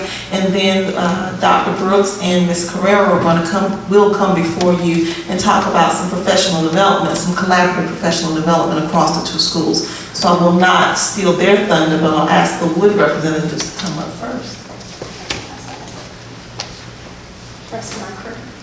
Good evening. How are you? I'm going to start by saying I'm going to be unconventional, because if I came to you and was very conventional, it would be like most of the presentations that you already had tonight. And if we did that with our children, we wouldn't get the results that we're looking for. We've been here for 1 hour and 40 minutes. 1:39:07, I was timing because I did my research beforehand, because I wanted to make this meaningful for you so you can see what we're doing with our kids. In preparing, I had to do research because I was thinking, what can I do that's going to make the most impact? Everyone I felt very comfortable with except Mr. Key. And I said, you know, I don't know a lot about Mr. Key. I know a lot as a voter and as a parent and an informed voter, But in 1 minute, I went through it, my little girl said, Mom, why don't you Google him? So when you Google Mr. Key, this is what you get from 1984. And I thought, I don't know that that's Mr. Key. I might not. Airport High School, and I thought, that might not even like Mr. Key. So then, I don't do Facebook. She said, I think I'm everyone's about to on vote this Facebook. project down. And so I went through it and I said, well, there's the Facebook. And I said, Airport High School, it's got to be the right Mr. Key. So after checking those things, I realized I'll be fine. I can do this the way I'm thinking about doing it. So what we're going to do is it's going to be interactive. I'm going to do things with you that I would do in my classroom, after school, with our children. So that you can see, we're not sitting and getting every presentation that you've had has been sitting in. Watch, you ask questions, this person is doing the talking. You all have not interacted with each other at all. You've talked and you've asked questions, but that's not what's happening in our classrooms, because in their jobs and their careers. Think about what you do. It's a different type of situation, so that's what we're going to try to emulate and model. All right, we have expectations for the children. These expectations, since you're the leader of the group, you're going to be in charge with keeping everyone on task, but you only have 3 big expectations. The first one is to take risks. This is a risk, not traditional. The second one is to do your personal best. If you're not great today, you might be great in 30 minutes, you might be great in an hour, but try your best. And the last one is ask 3 before me.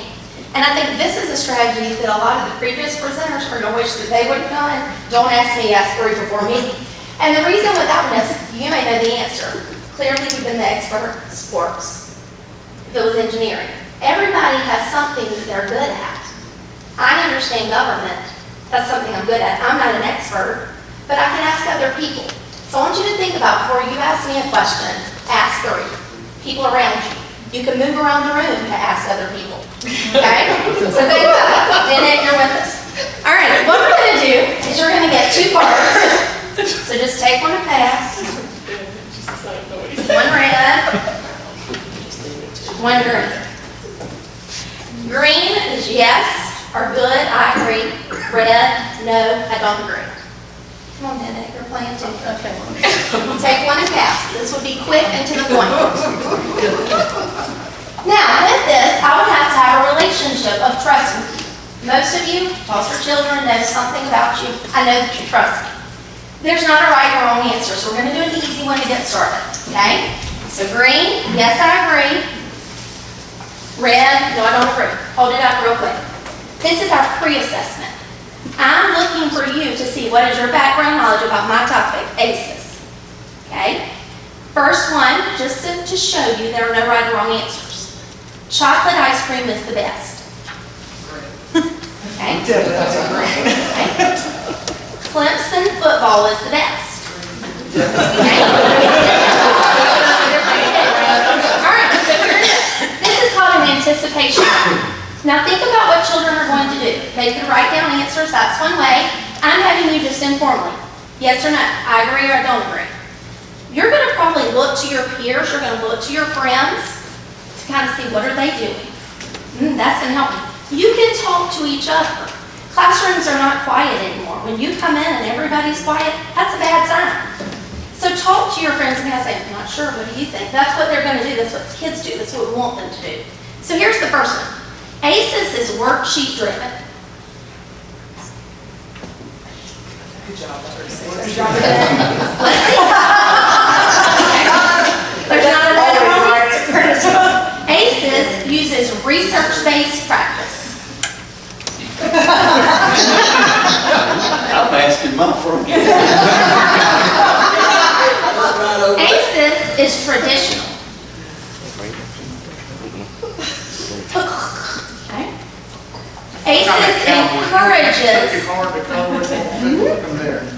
ACEs encourages compliant behavior. Okay, every presenter, they've been compliant. They've come up and said, Madam Chairperson. They're doing what they know that they need to do. They're following the directions. Children are sitting in our rooms being compliant, but are they engaged? All of you are engaged right now. How do I know? I see it. I can prove it. You're doing something that I know, so you're engaged. I'm checking it as a one. I've been taking notes the whole time I've been here. All right, your next one. ACES is collaborative and engaging.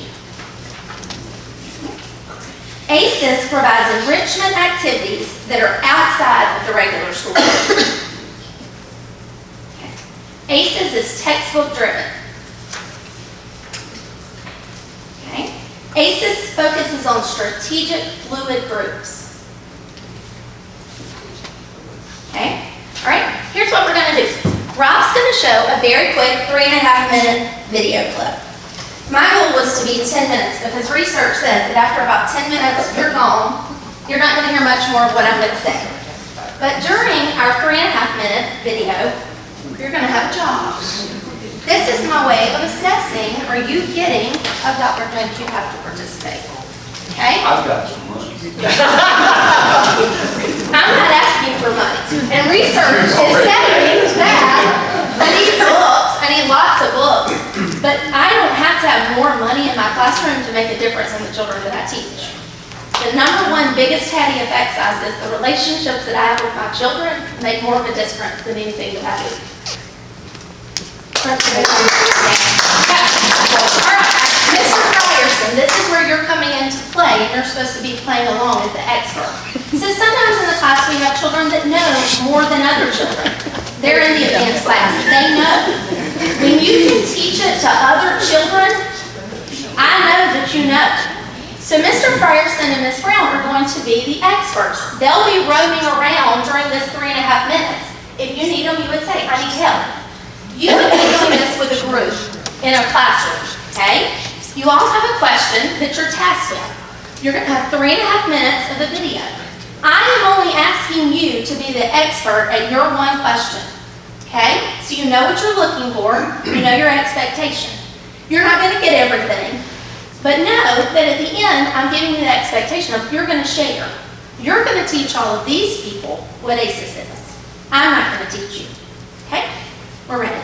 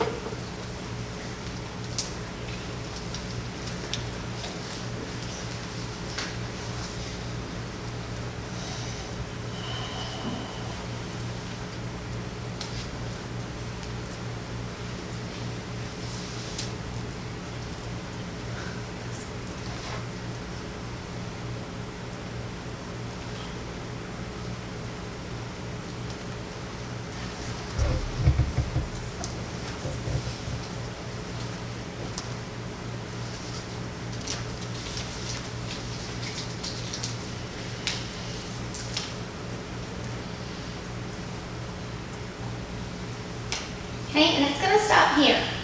This work is not my work. All of this work was done by our children. We took the pictures, they made the slides, we put it together. We facilitated, but this is their work. It's not perfect, it's not all centered, it's not all aligned. But I asked them, what is it that you want them to know? This is their finished product.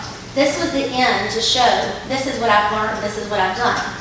So we're gonna do a strategy called a jigsaw strategy. You're all your experts. I want you to teach the audience about what is ACEs. This is speak into the silence. It doesn't matter who goes first. You gotta be a risk taker. Collaborative learning. Involves the arts and the sciences together. Involves everything, teachers, students. Okay, and Ms. Kessler, repeat your question. Who contributes to the ACES program? Okay, who contributes? One thing I wanted to point out is this was not just teachers from Wood Elementary. We formed a team of teachers from across the district, Pineview, Pear. We went out and strategically asked people to join us because we wanted it to be meaningful and make a difference in the lives of children. All right, the rest of you. You want us to answer these questions? Yeah. What impact does ACES have on teachers? Now, that's a harder question than that Clemson question. Was your answer in there? No, it wasn't, but what I would say, if I could say something, would be that it gives teachers a sense of being part of the village that raises the child and the pride that teachers have in the success of students who have been otherwise challenged at times. He raised his own level without me telling him he had to infer on his own. He took what he knew, he took his background knowledge. You are the ultimate prize of what we're looking for the children to do.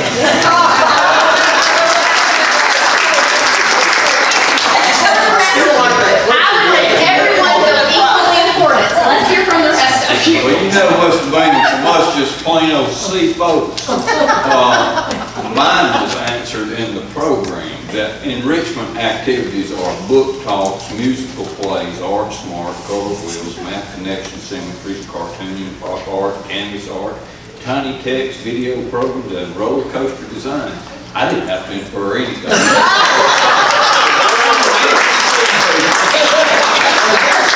got them all.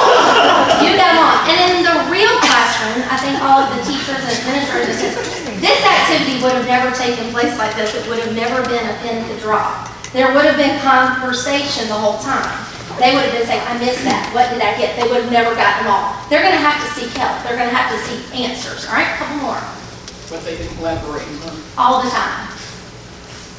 I'm going to phone a friend, and Mr. Ferguson can answer, what are the research-based benefits of after-school programs? There are about 6 of them, but I couldn't get that. The research-based benefits that it actually works, and you can actually see it as a proof by, there was like 11 kids up there that was actually on an honor roll. And if you actually go through, it always tells you that when a kid is engaged in actually doing the activity, they actually learn the activity. That's why you asked the question about the worksheet in the beginning. That's why they're not using worksheets. That's why when kids go through, they're actually doing a real life experience, like the roller coasters that they had up there. Each kid was given, when you come through, you'll see different types of roller coasters. This is what the research says. When a kid is engaged and they're learning, they'll actually learn it and they'll actually retain it. So I left you with this, and it's not your homework.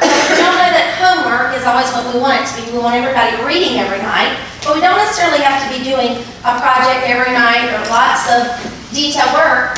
But what I'm going to challenge you to do is this is a video, and I'm going to ask Rob to send it out to you. The district provided me an opportunity. It didn't cost us one dime. It was free.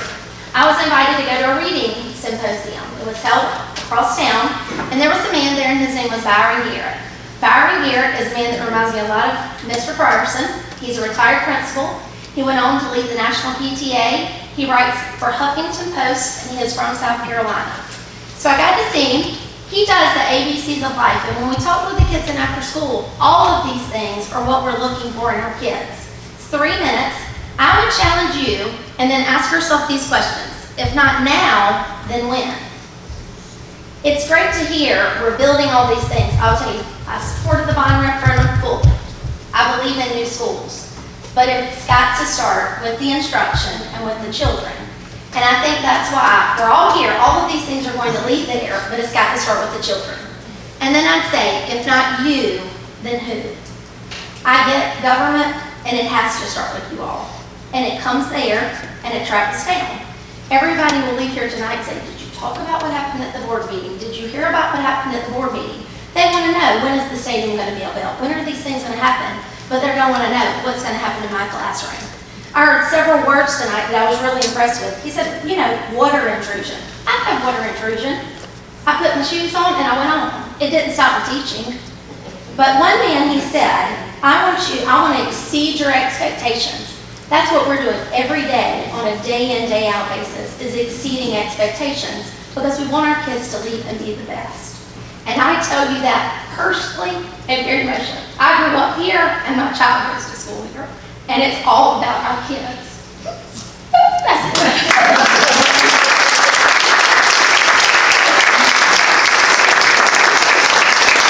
That's not a question. You have a question. You gotta ask three. When you're saying you don't use worksheets and that sort of thing, explain to me, how do you teach a child math facts without some drill and skill? I mean, 2 plus 2, 2 plus 3, 2 plus 4. I mean, I lose the concept. I understand the concept you're talking about in a lot of things with regard to reading and history and science and all those things. And when it comes to math, I get lost on, if you don't know your math facts, you can't do a cotton picking thing in math. And so how do you get around the simple worksheets for trying to teach the basic fundamentals of adding and multiplying? Discussion and talk. And you live with the best math expert there is. We're using a strategy we call for a professional book study, and we're actually trying to lead one at our school next year called Number Talks. And it is all mental math. We bring the children to the carpet. It's short, it's quick, it teaches fluency, but it is all done in your head. If I know how to make 10, I can make 20. I can take 2 away and make 18. We're teaching the kids in unconventional ways that you and I were not taught. I'm 38, it's not the way Beth taught me reading. It's very big, but it's about things that have changed, instruction has changed, and we're doing that. We are making huge shifts, and it's paying off. But it's starting with things like this, and it's the relationships we have with these children. If we are not having good relationships with these children, it's not going to change. And I had a question on mine that you had. How many students was invited and how many attended? We had 70. And it said like 70 was 78, invited. 56, There's 70, 59. 59. What kind of criteria is there to get the invite? We targeted originally our lowest achieving children. We targeted children who live in poverty. It was free bus transportation. We provided a snack. We wanted children to be there, and I'll tell you, we've kept children. And I'll brag on us and say, not every site did. We worked very hard to keep these kids. Casey is the after-school Nazi, just to be quite honest with you. She gets on the phone, she calls them, she tells the moms and daddies, you have to read the succeed legislation that's going on. If you're telling me right now that you're not going to send your child, I'm going to record you. And 2 years from now, if your child comes up from retention, I'm going to play this recording back to you. And I do, and I document it. And I'll tell you that I am a good steward. That's one thing I can say about taxpayer money. And then we had like 15 teachers involved in it, so that's From 4 to 1, many, 5 to 1. many schools. And the reason the numbers are so high is because of teacher burnout.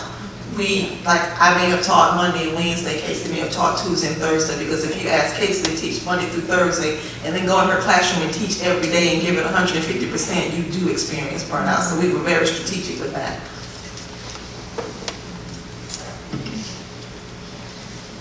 Any further questions? Good.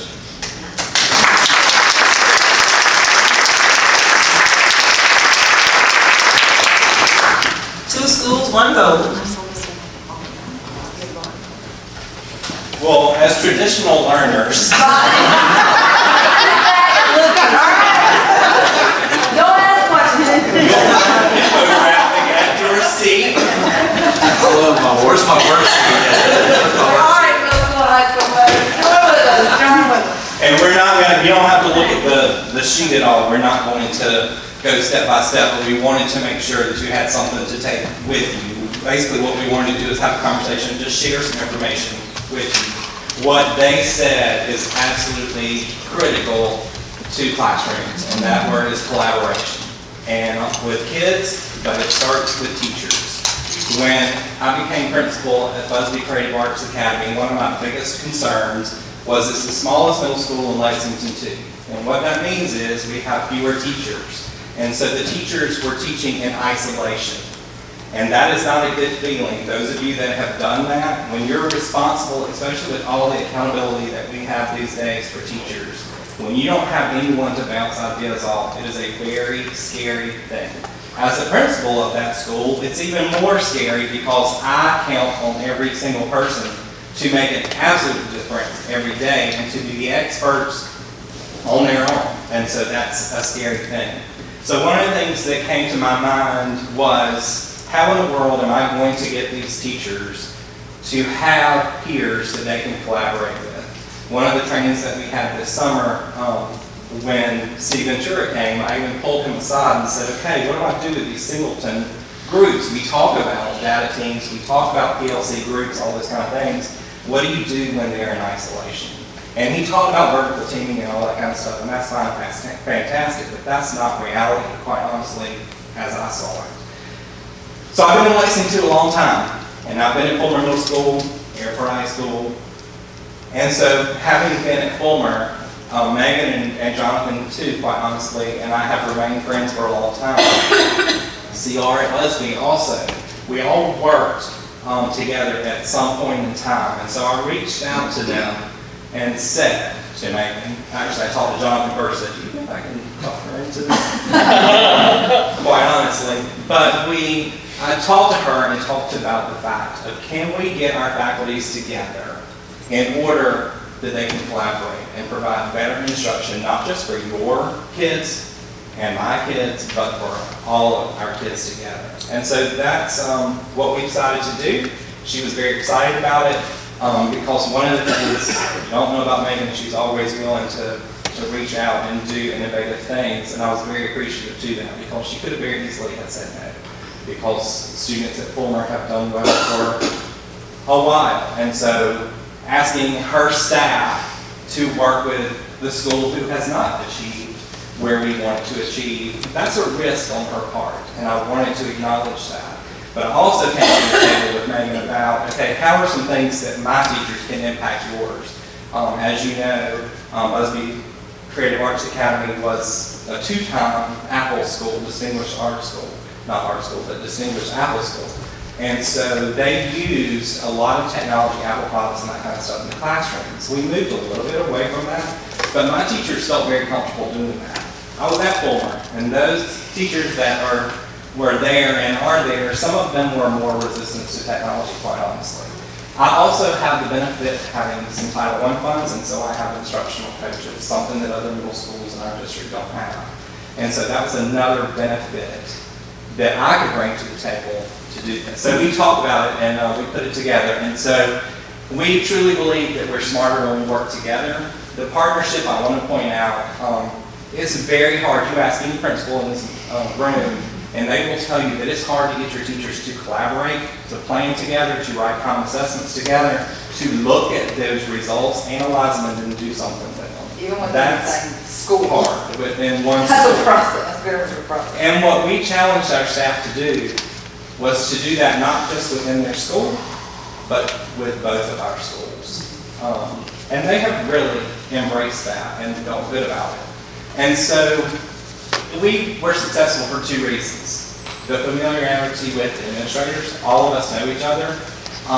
The teachers have been in cohorts for a while. The thing that got cut off of here, I'm sorry that it got cut off, is that CR had the systems that are used at Fulmer were systems that I was familiar with and systems that were already in place. And so it wasn't like we were creating new structures and asking teachers to do things. And so before I turn this over to Megan, our teachers, we got them together during in-service, we told them what our vision was, We let them start working together. We always told them what it wasn't. But they started working together at that point, and every Thursday since the beginning of school, our teachers have met together. We started out going to Fuller one Thursday, coming to Busby the next Thursday, and going back and forth. And then teachers said, we are losing time driving back and forth between the two. Can we start doing some of it virtually? We had conversations, and Dr. James actually walked into my office one day when Megan and I were on Google Hangout together talking about the very things. We actually got to see our collaboration because we do this also all the time when we have situations and problems. But teachers asked, we talked about it and said, yes, we're willing to let you do this virtually as long as there's some accountability. On Thursdays, the coaches go to all the different meetings, so we know what's happening. But on Thursdays, doing it virtually, we wanted to have some accountability, so we put some forms and stuff into place. And so they do that. It's 45 quality minutes every Thursday. For my teachers, it has made a huge difference. I'm not going to stand here today and tell you that it's going to make a huge impact with scores this year. I think our scores will be impacted next year. I think you'll see some real improvement. I think the biggest thing that struck me as attractive in terms of this and the why behind it. Why is this important? Why is this beneficial? For me, I was a teacher. I've only ever been to Lexington 2. I started here 2 days after I finished student teaching. And I was one of those singleton teachers. And I remember that feeling and being by yourself. I was the only 6th grade science teacher. I was it. And so if the data didn't look good, I had no idea how to write assessments. And so it was very important for me in terms of knowing what Dixon was facing in terms of his schedule, but also knowing where my faculty was at that given point with going through the process. I'm a process person. We've had this conversation multiple times. Nick Saban, multi-successful football coach. I'm like, yeah, I appreciate the constant football question quite a bit. And what he talks a lot about is the process, not the end result, not that summative assessment result. Obviously, the process is going to impact that summative assessment result. And so a lot of my teachers are very what I call fulmerized. They don't have the perspective. They don't see globally outside of a lot of situations that are directly involved with their classroom, their students, our grade level, our department, our this, our that. And so it was very important for them to step outside of that. And in some cases, they haven't liked stepping outside of that, but it's been an interesting piece for me in terms of leadership. And the good thing is that I have a good collaboration partner in this process, and Jonathan and Stephanie and Donna and Aisha as well. It's been beneficial for me to be able to coach them through that process. What does it mean to write assessments? What does it mean to develop your own curriculum? What does it mean to pull in AVID strategies and fine art strategies and technology, embedding that into everything that we do? And so it's been incredibly beneficial to watch my folks get a little uncomfortable, question, why are we doing what we are doing? Is it working? Is what you've been doing for several years still working in terms of what does the data represent? What's interesting is we sit down and number, I guess, 6 on the process part is analyzing that data. So our teachers give the exact same assessments. What's interesting is I'll say, how's your common assessment number 2 coming along, which does not come at the end of the 9 weeks because we want it to be formative, we want it to progress, and we want it to move forward. And it's interesting because like we got standards this through this, but I got to call Forrest at Buzzy to make sure we got this and see where he is. And so they're very conscientious. It's almost like we've sort of drawn people into the fold and they've drawn us into the fold to do these things. And so it's really been a blessing to see folks genuinely come together that are in vastly different environments, schools, and see similar challenges but with different students. And so the process has been absolutely amazing. What's interesting is my folks are we going to work together during testing? What are our testing schedules going to look like? Or are we going to do this next year? Or what do we do? We want to focus on assessments, really refining those assessments and the SLO process and all that kind of good stuff. And so they're thinking, and it's really been beneficial for our folks just because it's allowed me to coach them on areas that may not have otherwise been brought to the surface. And so that's been the most beneficial thing in terms of that for my folks. Another thing that Dixon and I share a lot of the same philosophies in terms of teaching and learning. This is what we believe, and he told me I'm willing to do a lot of stuff, but truth be told, I learned under his leadership that this is the direction. This is what got us results. When you sit down and have conversations with teachers and you see growth in their results, and you say, what do you feel like got you there? And they will tell you, I started writing my own assessments. I started developing my own curriculum. I didn't buy anything. I didn't borrow anything from a neighboring district. I didn't do all this. I did it in-house and really got to get my hands dirty with all that. And so that's been very much engaging in that process and taking a look at what are the standards asking us since they've changed? How do we need to assess this? What do students need to be prepared for to take that summative assessment? A test score is a test score, but it is an indication of learning, and that's obviously what we're about. So it's been an interesting and adventurous process, and at first I was like, oh dear Lord, how am I going to tell these people this is what we're doing this year? But they really jumped in. I'm very proud of all the folks. They jumped in.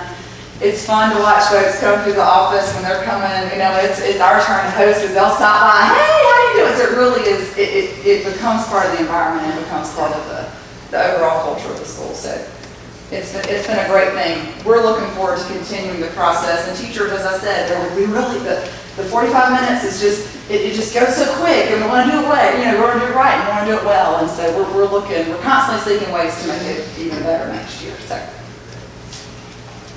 2 schools, 1 goal.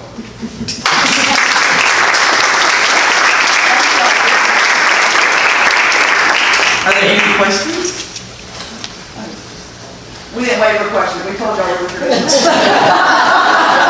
2 great presentations. All right, next we have finance. Good evening. That's a tough act to follow, those two, but I have first for you March financials, first the expenditures. Happy to answer any questions you may have. I've also put at your place an updated March revenue. We did not have a treasurer. The local tax revenue at the time, we sent the packets out, we received those after break, or actually they came in over break. So I've updated the revenue. We are still looking, as compared to last year, on our local tax collections, about 1.5 million to the good. So that's a really good sign. We hadn't seen that when I look back over several years from year to year. So that's really good. But our assessed value did grow, as I shared at the March workshop, a little over 5%. So that's due to that. Happy to answer any questions on either of those. Mr. Bailey. At the top of the expenditure analysis, you've got ideal remaining 25%. I mean, year over year, we're maybe 2% higher this year than last year, but why would you say ideal is 25? Because what that does is comes from the report that we run this from. That is just however many twelfths of, it takes 1/12 of the whole year times however many months you're into it, and that's where that number comes from. The reason ours are a little higher is because our teachers are paid August through July, so they're not on that July through June pay. So we still will have, in June, we'll still have July's teacher payroll. So that's an additional expense that's really not calculated in that. So that does kind of skew that just a little. That's why that's a little bit higher. So ideally, it wouldn't be 25%. Right. That's just coming straight from being, 1/12. Any other questions? Okay, the next is the referendum cost and budgets, where we are through March 31st and each fiscal year to date. I'd be happy to answer any questions on that.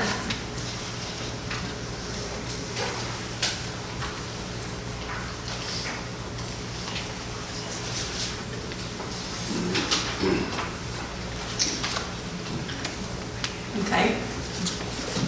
Mr. Hill? Going back to what I asked a little earlier in the meeting, have we authorized everything necessary for the issuance of all the bonds? Yes, we did. We did the remaining 200 million when we did the resolution last year. So the only thing that we're waiting on is the market to get right and the cash flow to work out that it's time to issue the bond. Well, we have in our repayment schedule those bonds not to be issued until 2018. So that the first payment of that next 100 million would be in 2019. So, changing that. However, we do know that we're going to it's not going to work out exactly even, so just bridging that, as I mentioned earlier, we could do a bond anticipation note, just to bridge that until we come to that point in time in 2018 when we can issue those bonds. Is there an advantage to waiting versus going ahead and issuing the rest of the bond? Well, there is now, because we have our repayment schedule is already set on that first 100 million, so, yeah, I mean, that's what's locking it in at this point. There's a risk that we have, though, interest rates, if they continue to tick up, that ultimately that debt's going to cost us more money in the end than if we can issue it whenever it's really favorable. It could, but, yeah. I mean, we had, after the election, interest rates have like gone up almost a half a point, and then they're trending back down right this second, but if the Fed takes another action, then... Right, you're right, if that happens, that could be a possibility. Well, we just need to be prepared as much as possible that when the market is favorable to issue the debt, because that's good for everybody. But we're locked into those payments already on that first 100 million. We've got those scheduled out. So in order for us to be able to make those payments as we have them scheduled with the revenue that we're projecting from year to year to year, that's what's locking it. But we do keep a close eye. I'm in contact with our bond attorney and with Mike Gallagher fairly often. I did talk to them actually a couple of months ago about just looking at our cash flow, and Don and I looked at the cash flow and just kind of timing when we're going to need to if we're going to need a bond anticipation note, and B, at what point in 18, how early can we issue that next 100 million and still not have to start the repayment in 2019, so we can stick to that same schedule. So yeah, we're watching all that. Any other questions?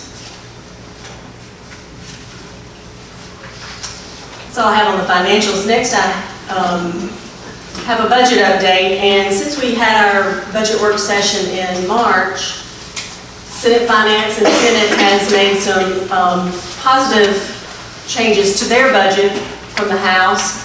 One being that they increased the base student cost by up to $24.35, by $35. House had it at $2,400. And I spoke to you about the retirement increase. We knew that the state retirement, the cost of state retirement was going to increase 2%. We were not sure, however, how we were going to be funded for any of that. What Senate Finance and Senate has done is they're going to fund it at 2%, the full 2% for teachers and 1% for all other employees. So those two are changes in our revenue, which are very positive. We got some updates on our Tier 3 reimbursement from the state. So those resulted in some positive revenue over what we were hoping in what we had with the House version. So we have put together the first draft of the budget based on those numbers. Now, since the Senate did not match the House, it's gone back. It could go to conference committee. So we'll see what comes out of that. But what we have before you today is a balanced budget.